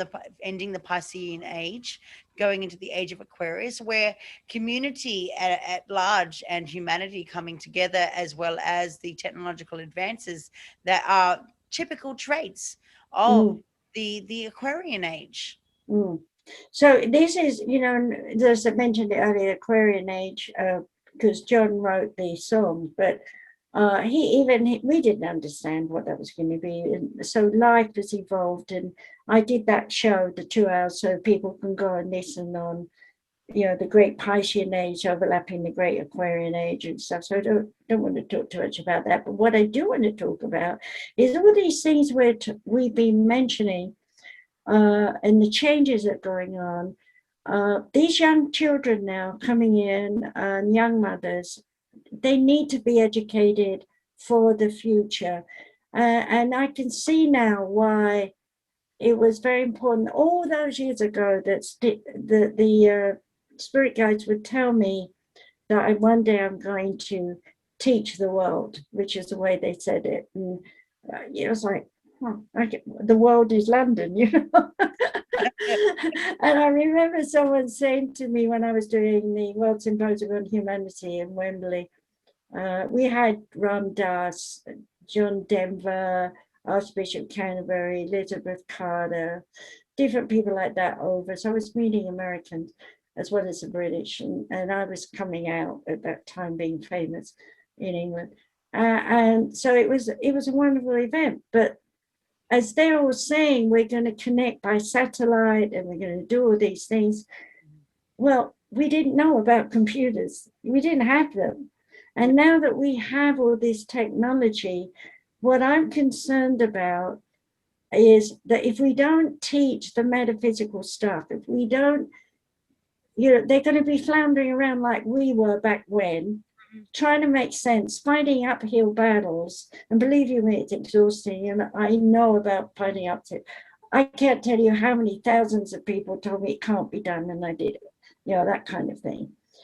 So we want to teach these kids, you know, I think it's so important that we teach the mothers and the fathers, and you know, men are coming in finally. That for the longest time they haven't, because women led the way, because they're listening to their heart, and it's very important to listen to your heart for your brain to understand the oneness, you know.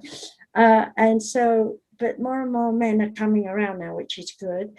And so, you know, with the gay, everything's relative. There isn't one part of our history you can't push out the window, because with gay life, you're learning male and female is inside you, and just whatever you decide to perform outwardly is your way.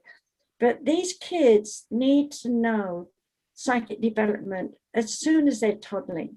And so we need to get the mothers and train them to understand every aspect of the psychic ability, which is why one of the first classes that we want to talk about, and I think we should mention here what we're going to do.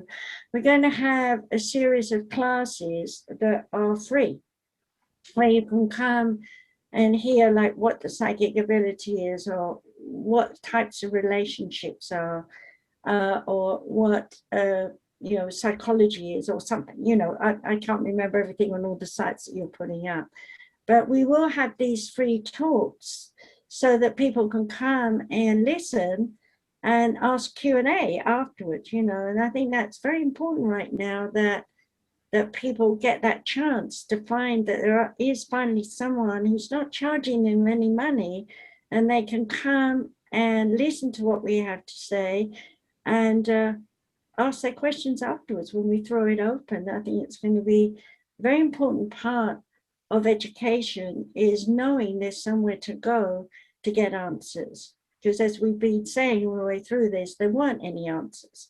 No. And now there are people like us, we're not the only ones, who are also teaching, you know, things that are relative, that should be a foundation stone, a basis on what we can go on to do later. So if we teach the moms and dads and the kids of young kids, mothers and fathers of young kids, and then have the kids also on for, you know, like a play group, you know, so they get the idea it's usable, then we're helping this world prepare for the future, because everything that comes in the future comes out of our higher vibration, our ability to accept one another, the unification of our species as an intermarried species.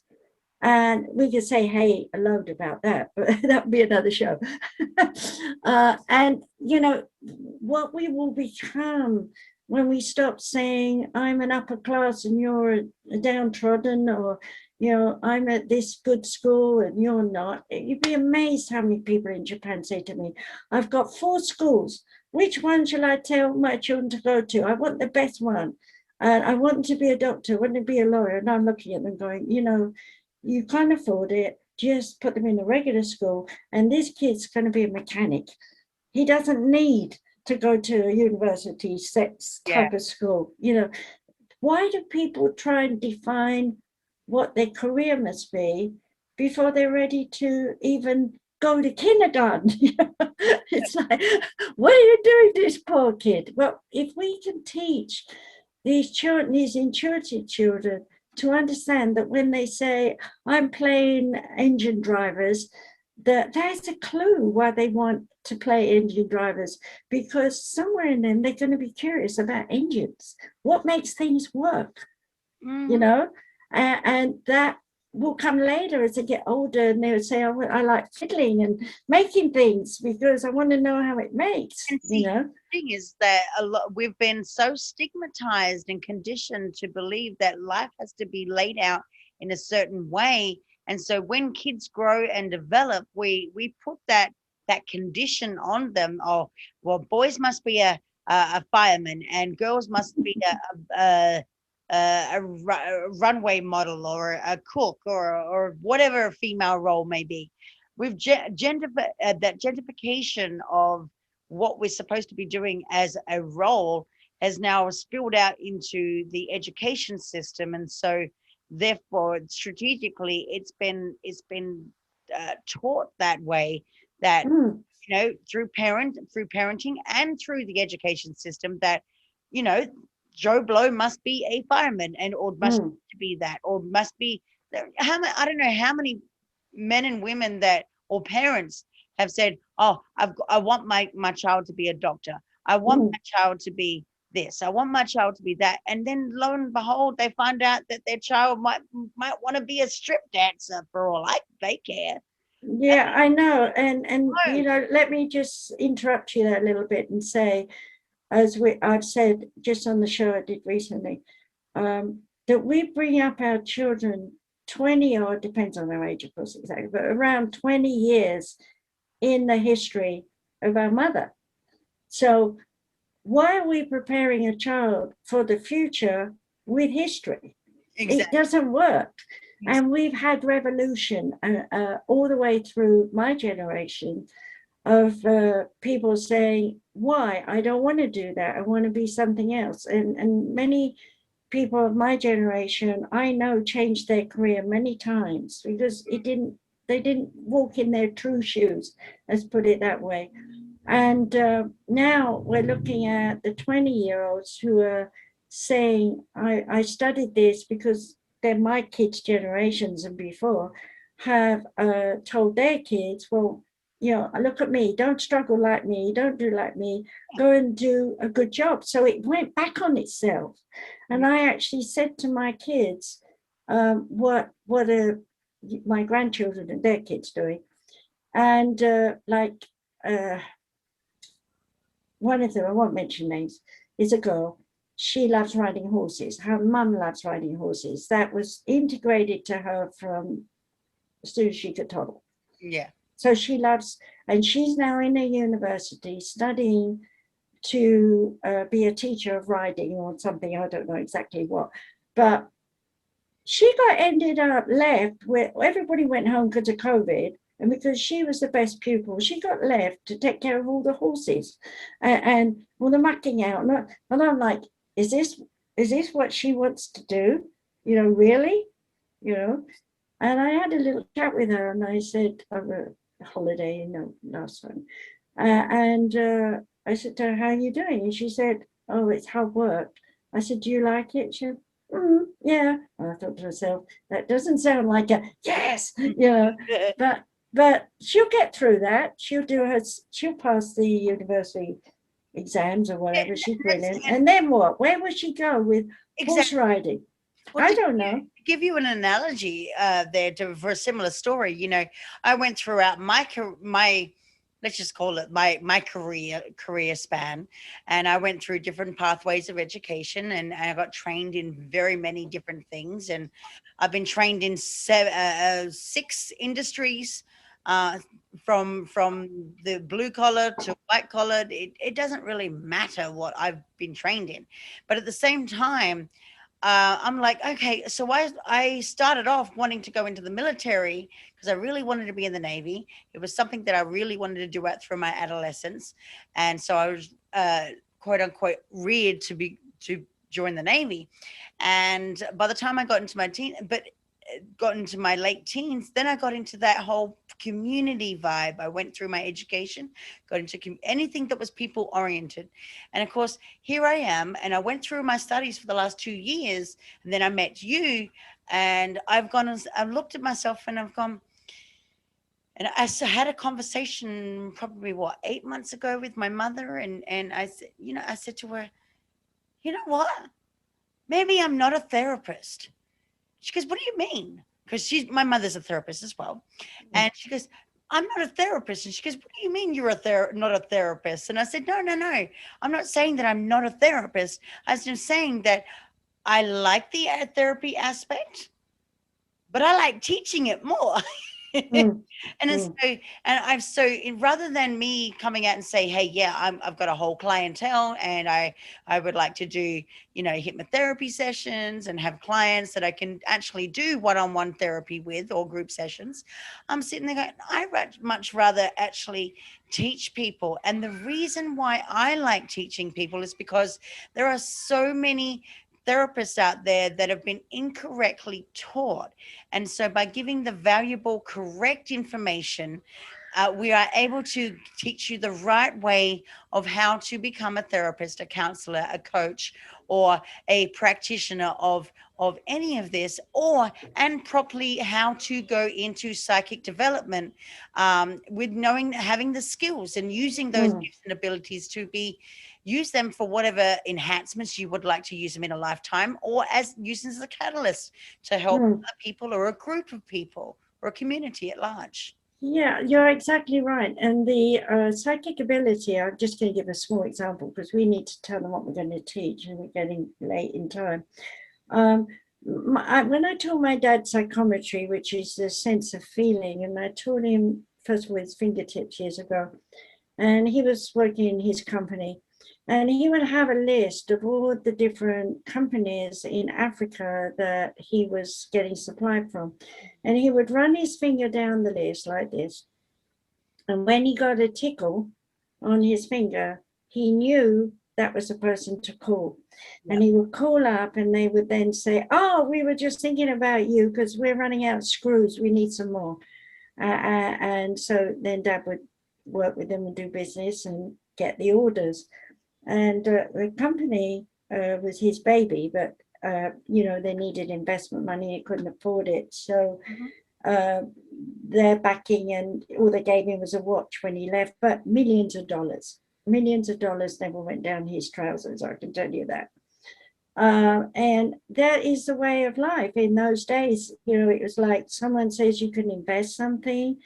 And you go, I can't afford it. It costs so much money. And this was the same with the computers. I'm going somewhere with this. You go online. Okay, you want to make $1 million. You buy my book. You buy this. You do this. You do that. And 9 times out of 10, as indeed with my husband, I'm throwing away people's books and kits and things because I'm never going to look at them. I'm certainly not going to sell them to anyone else. So they're just going in the trash. And if someone's into it, maybe, but it's history. We don't do business that way anymore. So they're not any good anyway. So coming back to why I'm saying this, your psyche never lets you down. This is one training, doing your course on psychic development, all the way to mediumship if you want to, where it will never let you down because you are listening to your divine source of self. You're listening to the oneness and anyone who's in that, who's working with you, and you don't go wrong. I hope people see me as a living proof of that. Yes, I've had to bang on doors and, but that was my coding. That was my pioneer work. And I will be a pioneer for this university thing.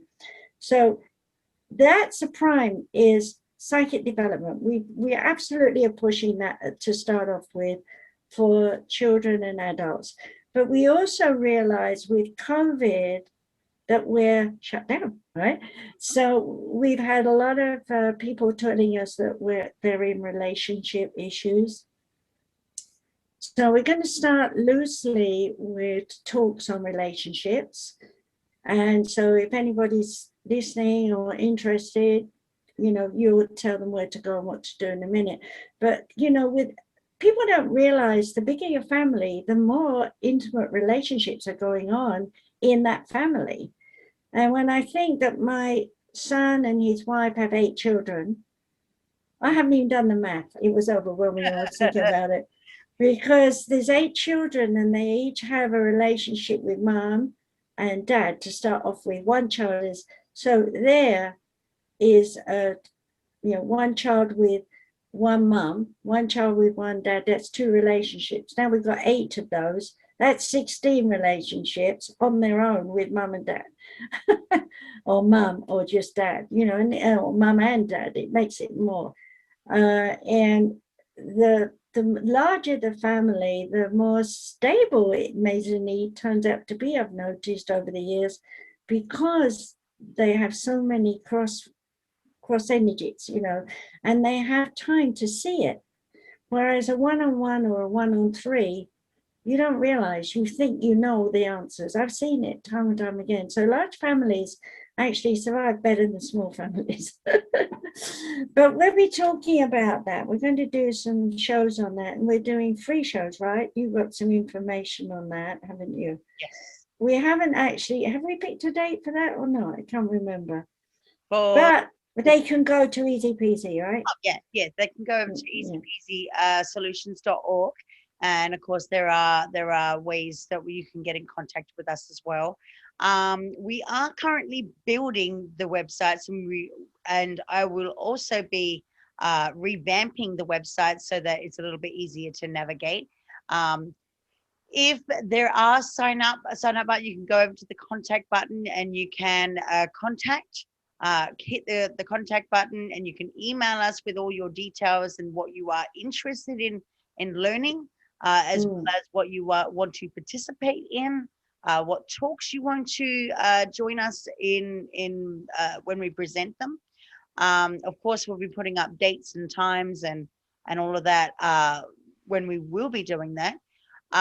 There is also on Easy Peasy Solutions, there's also a sign up tab. When you go onto the website, you'll see sign up via email. Click on that, put your email in there, let us know what you that you have heard this show, and so that we can give you the information that is required when we start these doing these talks. And of course, there's, like I said, there's already information up on the website. We also we got to remember too that we also have the Universal Christchurch as well. So if people are looking for avenues into ministerial studies, then we have that website that is totally dedicated over there. So that's universalchristchurch.com. And the Samaras Education Centre very soon will have all of the courses that we have, which is a further education on from the very talks that we do up on easypeasysolutions.org. And it's all thanks to you, Katie. I'm not blowing the trumpet. I have the wisdom knowledge from ancient times because I'm ancient. But, without your technology, I'm still just the speaker, so I appreciate that. As much as I would like to take credit for this, I don't want to take credit for it because I'm still learning as well. I don't claim to know everything, but when people mention me as a whiz kid or something on the lines of that, I'm like, I am. I don't claim that, but okay, I'll take it. Whatever, it's a compliment. But the thing is that I'm still very much a student of life. I'm still learning, and just as much as I might have my academia right there, it doesn't mean anything to me if I'm not experiencing the life that I could be living at the highest degree, which is exactly what I teach my students anyway, and my clients that I do therapy with. The other thing is that as a part of, it's not just about education for Margaret and I, it's also about providing the services that people really do need, and that could be in the form of readings, that could be in the form of hypnotherapy, the form of what else is there? Remote healing. Yes, that too. Oh, and counseling. That's right. That's the other thing I was going to do. Spiritual counseling, counseling, normal, usual counseling, and spiritual counseling. So we actually also, we are therapists by trade as well. We're not just teachers, but we are also therapists as well. So we serve the worldwide community because we are going to an online, transitioning from a physical to an online platform. That means that we'll be able to connect with a lot of people just through this radio show alone. You know, we hope that this radio show can reach out to those thousands of people out there, even if it's one, it doesn't really matter. But just that those thousands of people out there that who can have the ability using the technology that we have in our current time to learn something new and or enhance what they already have. Yeah, and you know, the thing about Zoom that I like is I've been using it teaching the Japanese still. I'm still teaching Japanese.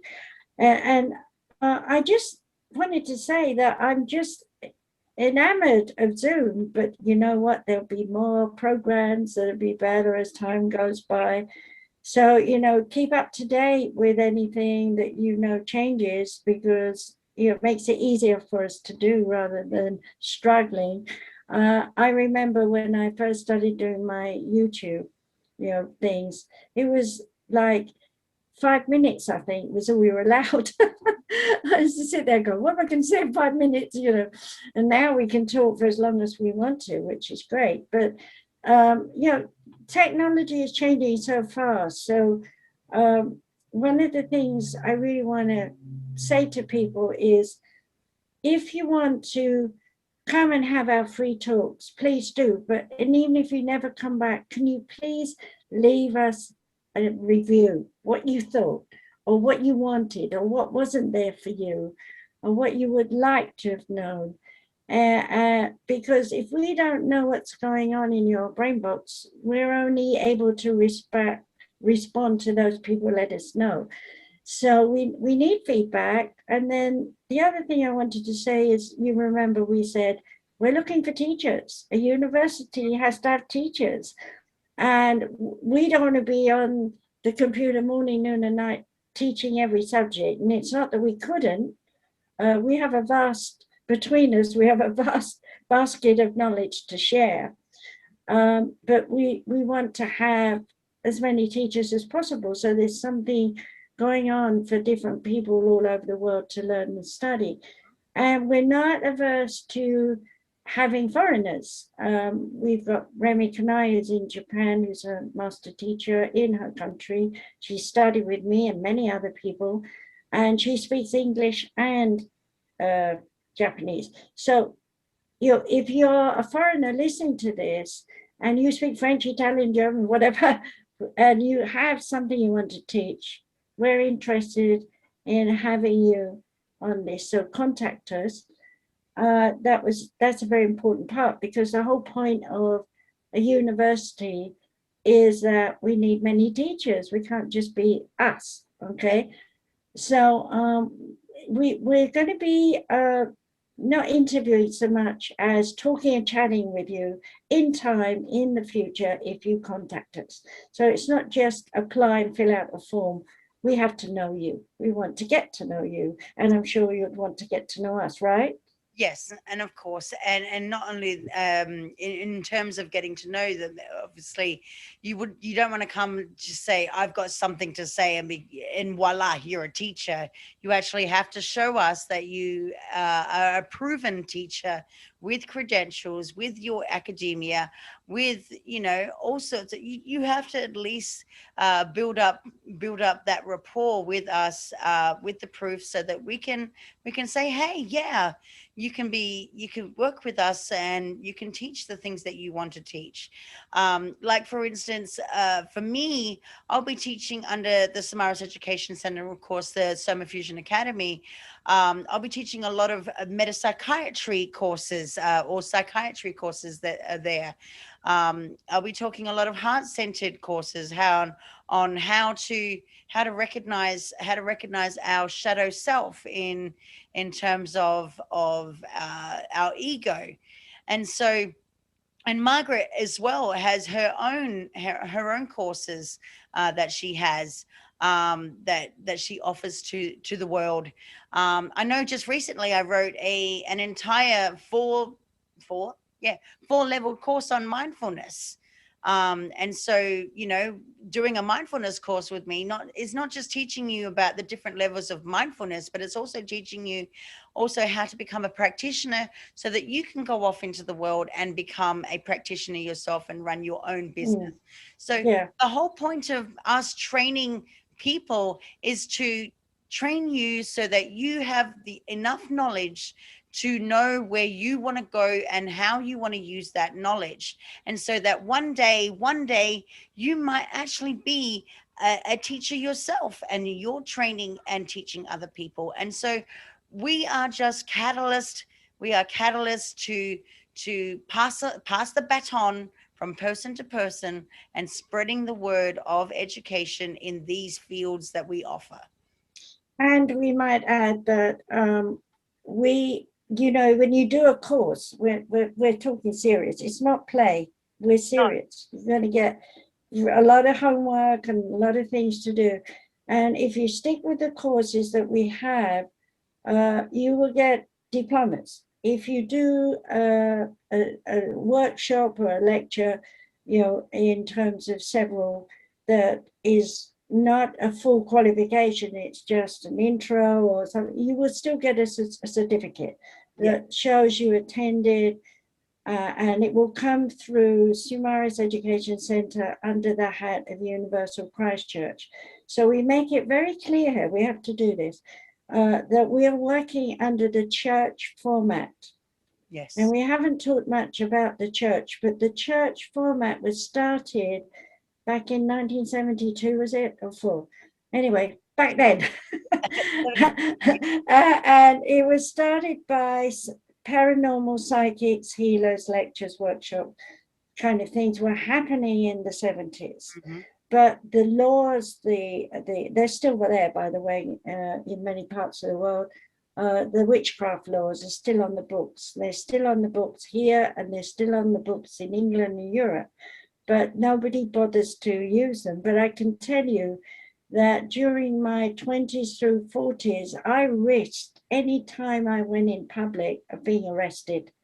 Mm-hmm. Because I was not doing, the law said I was not supposed to prove survival life after death. I was not supposed to tell people about aromatherapy. Nobody knew about aromatherapy in America till I brought Valerie Warwood over here. She's still, in my opinion, the best person who knows it all.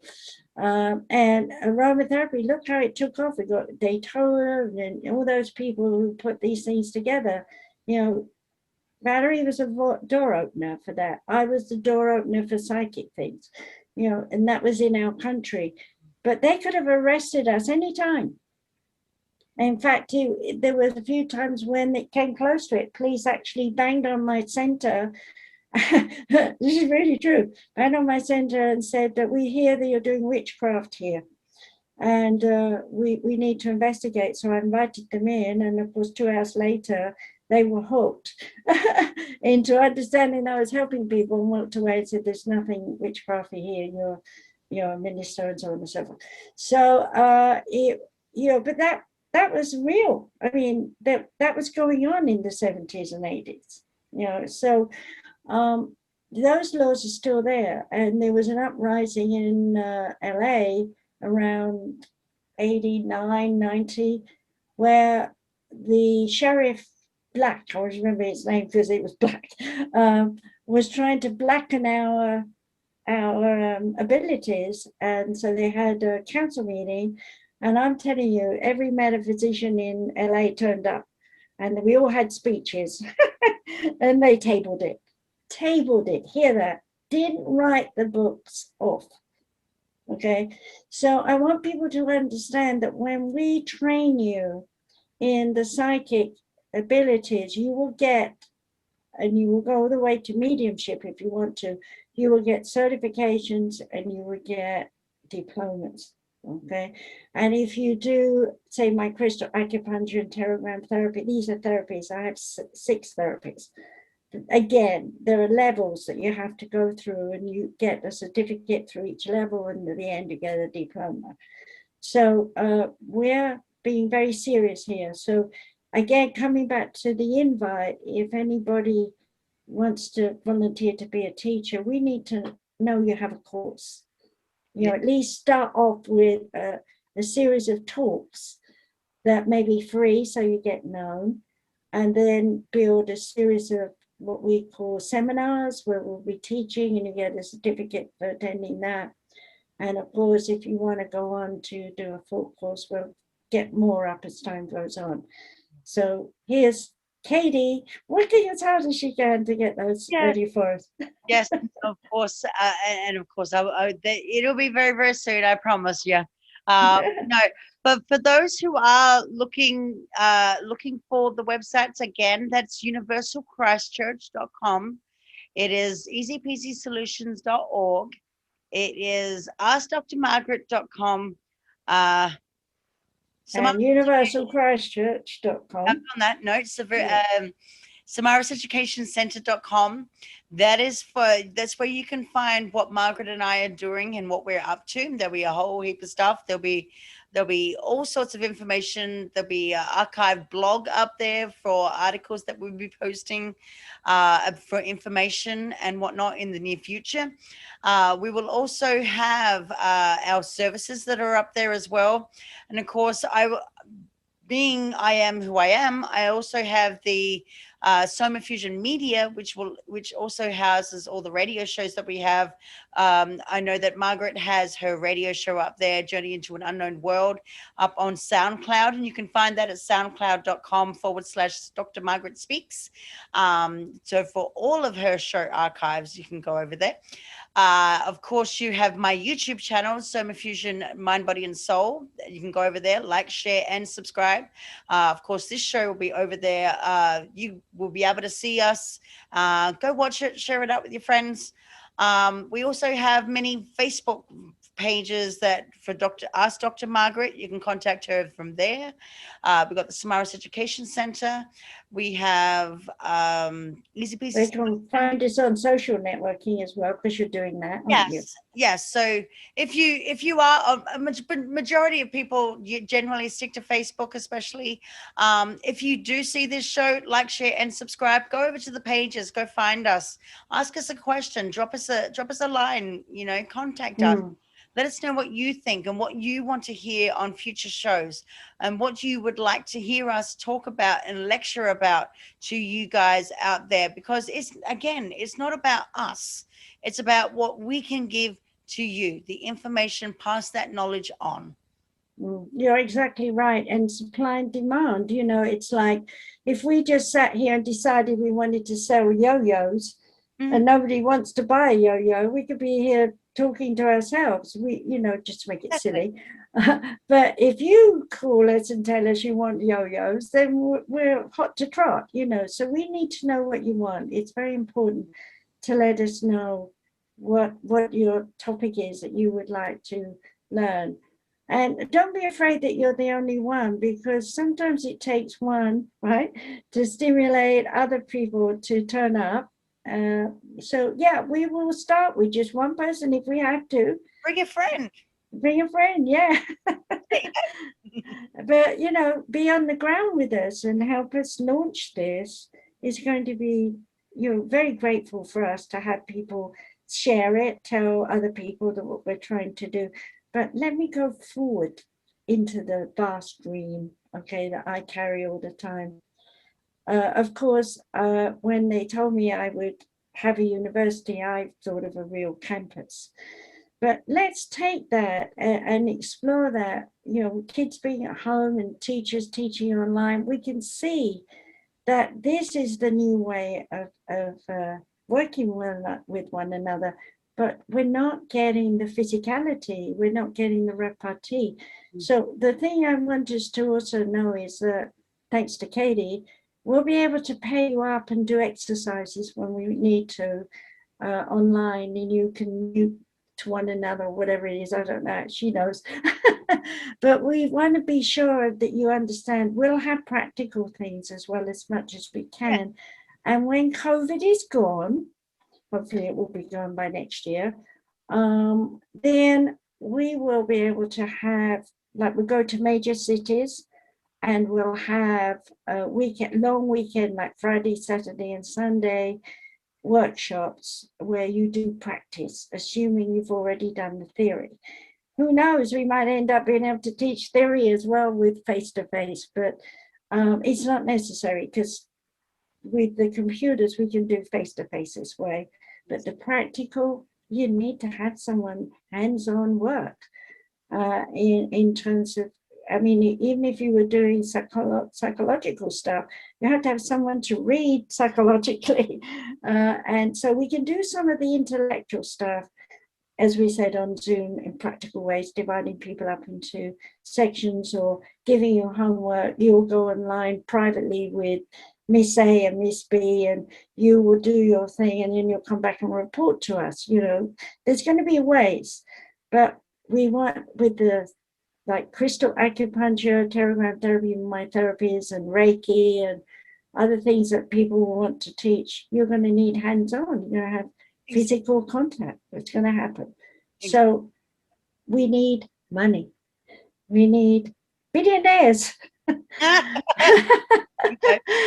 Well, when I did the what was it, the event in Las Vegas with you, what was that called, the 5D event? 5D event, yeah. Yeah, he called me, by the way. They're having another one in November, and I told him I'd consider it. I'm waiting to see what you want to do and where we're at, and so we'll see. But anyway, coming back to that event and everything else, they did it all online, and people were talking a lot. But this last one, they had more people. They had 200 people turn up. So Las Vegas has dropped their rules, but you know, there's still people very afraid to, because more and more people are having injections, so they feel more safe. So we'll see how things go, because we would like to be able to have physical events in major cities in different states as time goes by. But coming back to online, if you're someone who wants to teach with us, we need staff, and that's why we need millionaires and billionaires, because the bigger we grow, the more expensive programs and staff we'll need. And there are other people online that I'm enamored of, who are already doing courses and classes, TED Talks and things. I'd like to do TED Talks. You know, but those things will come in time. And so anyone that's interested in being watching this, who has some ideas, it's not just about teaching, it might be people who have staff ideas that would like to be involved with us. You know, we're just the two right now, and two can become four, and four can become 16, and 16 can become 100 and something. That's where my math runs out. Yeah, but yeah, we need people to join us. So if you feel drawn to us, do write to us. Your turn. For those who also just because we are on Somafusion Media, for those who are looking for Somafusion Media, you can go over to somafusionmedia.com. You can go over to looking for my work. You can go over to soma-fusion.com. If you're looking for the Soma Fusion Academy, I have an entire group that on Facebook, currently with 39 people in there, all who are learning as along with me, and we're talking about all sorts of things in there. But I encourage you to come and join over there. It is free. Just ask them a couple of questions when you join in. And so that you can find that on Facebook, or if you would like to have one-on-one teachings where I do challenges, I've got 3 challenges. I've got a 30 challenges in 30 days. I've also got a mindfulness challenge, a 21-day mindfulness challenge. And I also have a 30-day intimacy challenge as well. Each of them serve their own purposes, but you can go over to soma-fusion.com and learn all about those 3 things and how you can challenge yourself to become better as you are now, or then. Yeah. Well, you know, you're such a busy bee and you do so much. You just amaze me. With my show, I've been doing it since 2010. And I was originally asked to be a host, and I said, no, I'm not a host. I have all the answers. It sounded egotistical, but he wouldn't let me go. So I said, I'll tell you what, I'll teach. So my half-hour shows were up there, Journey into the Unknown World, from 2010 until last year. Well, when's it? My husband died, 2019. And then I started doing lectures because you got me up on SoundCloud. See, I'm still thinking. So it's pretty new to me, but I'm doing longer talks. I'm doing hours or 2 hours sometimes, depending on the topic. So I'm still calling it Journey into an Unknown World, but you won't hear Web Talk Radio anymore out of my mouth because that's now down. Web Talk Radio no longer exists, which is the way many radio shows are gone because of this ability now to communicate this way. So the future's here, and we're ready to go with the flow of it. And we're open to input from anybody who might want to help us grow, who might want to teach, or anyone who wants to be a student, or anyone who wants help. Now, if you're saying, I have no money and I have no means and I'm desperately in need of help, I'm a minister, so is Katie. We do free counseling, Yeah. but you have to understand we don't want to be abused. So please come with your precise problem. And if you're doing drugs or alcohol, please don't call us when you're high. Okay, we want, because we do run in circles and waste everybody's time. If you're abused and you've been through that, so all women are being abused, through my generation, your generation, because that was the way, woman's a battering ram. The man can't get what he wants, so bang, bang, bang, and you next thing you know, you're beaten up. And then if you're not beaten up physically, you're beaten up emotionally and mentally with yelling and screaming in your face. And children are pushed in cupboards and told shut up and be quiet. You can't come out till you stop crying. There's so much stuff that the kids went through, and I have to admit, I did run around after my 4 boys with my wooden spoon, and often missed. I think I hurt me more than I hurt them. I used to go in the bedroom and cry. But that's the way of the times. But now we realize these children are aware, they're listening. So I'm really ready and interested to work with the children. So if you have a child that's very psychic, and you want to know about that, I suggest you come to us for that show because we're going to be free, and we're going to be talking about how to address your children who are highly psychic, because you can't keep secrets from them. No. And you have to be honest, and we'll teach you how to do that. And then if that's successful and you like us, we'll do, probably take it in turns or something. We haven't figured that out yet, but we'll do the classes for the kids during the daytime so that they can come on and play at it. We don't want to make it hard work because some of the kids might even be as young as 3. Yeah. So it's going to be games. It's not going to be technology and all this. They'll learn by playing, which is what we did as kids, because there was no one teaching us. All right. So it might be something to think about. So if you're interested in a child that is to you wayward and you can't get through their psychic, send us a message. We'll know. And even if you don't have, even if you are unaware that your child might be gifted in any way, and you are wanting to find the answers as to, or find some direction, then give us a message. Send us an email. Our email address is samarasucc@gmail.com. So please hit us up. Send us an email, send us your message, send us your queries. We'll be more than happy to answer whatever questions that you may have. See, that's something I didn't know you had, that you and Caroline have been doing. Oh, I only knew it was the PayPal connection. So it's actually yeah. more. So hey, girls, she's done something for you. Yay! Thank you. Extraordinary, extraordinary behind everything. No, Yeah. yeah, no, UCC, Samaris UCC, that's Samaris, SUMARIS UCC @gmail.com. So that's how you contact us. We, like I said, you could be contacted about becoming a teacher.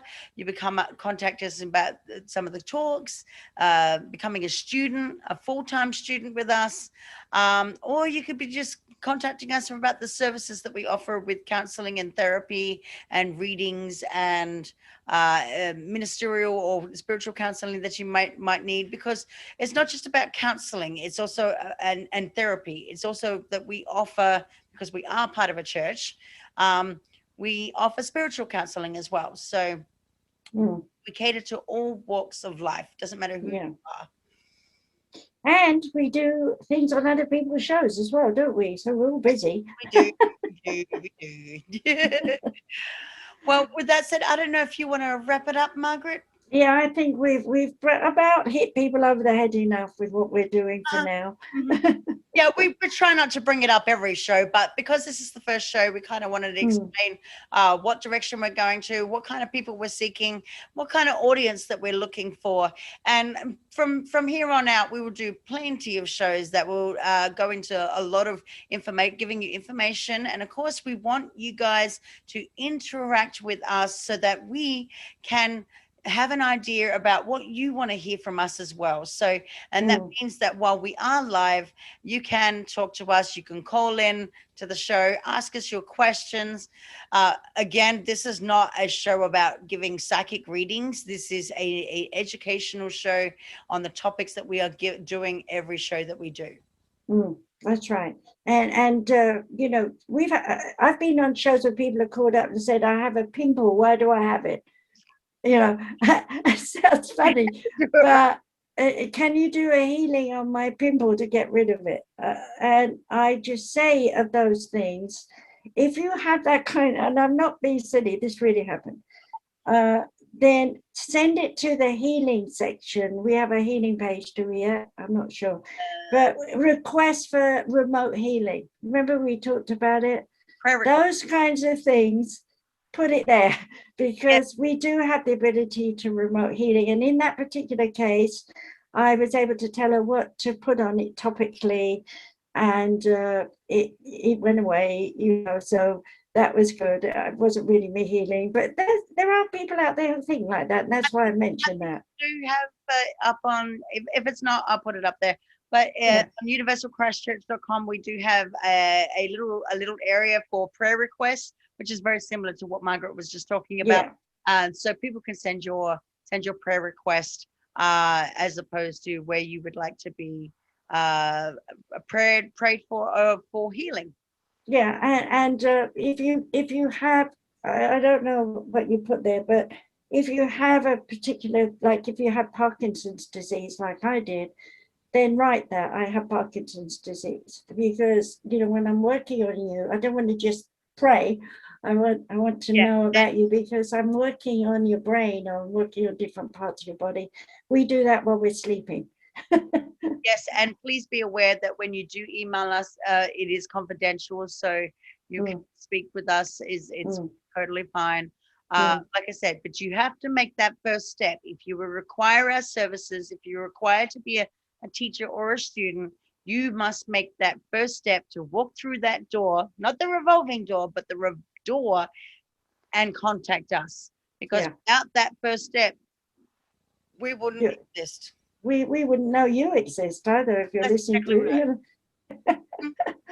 All right, so I think we've had a good time. I want to thank you, Katie, for doing this with me. I think we've done a good good 2 hours, haven't we? Yeah. And from here on out, we are doing this weekly, if I remember correctly.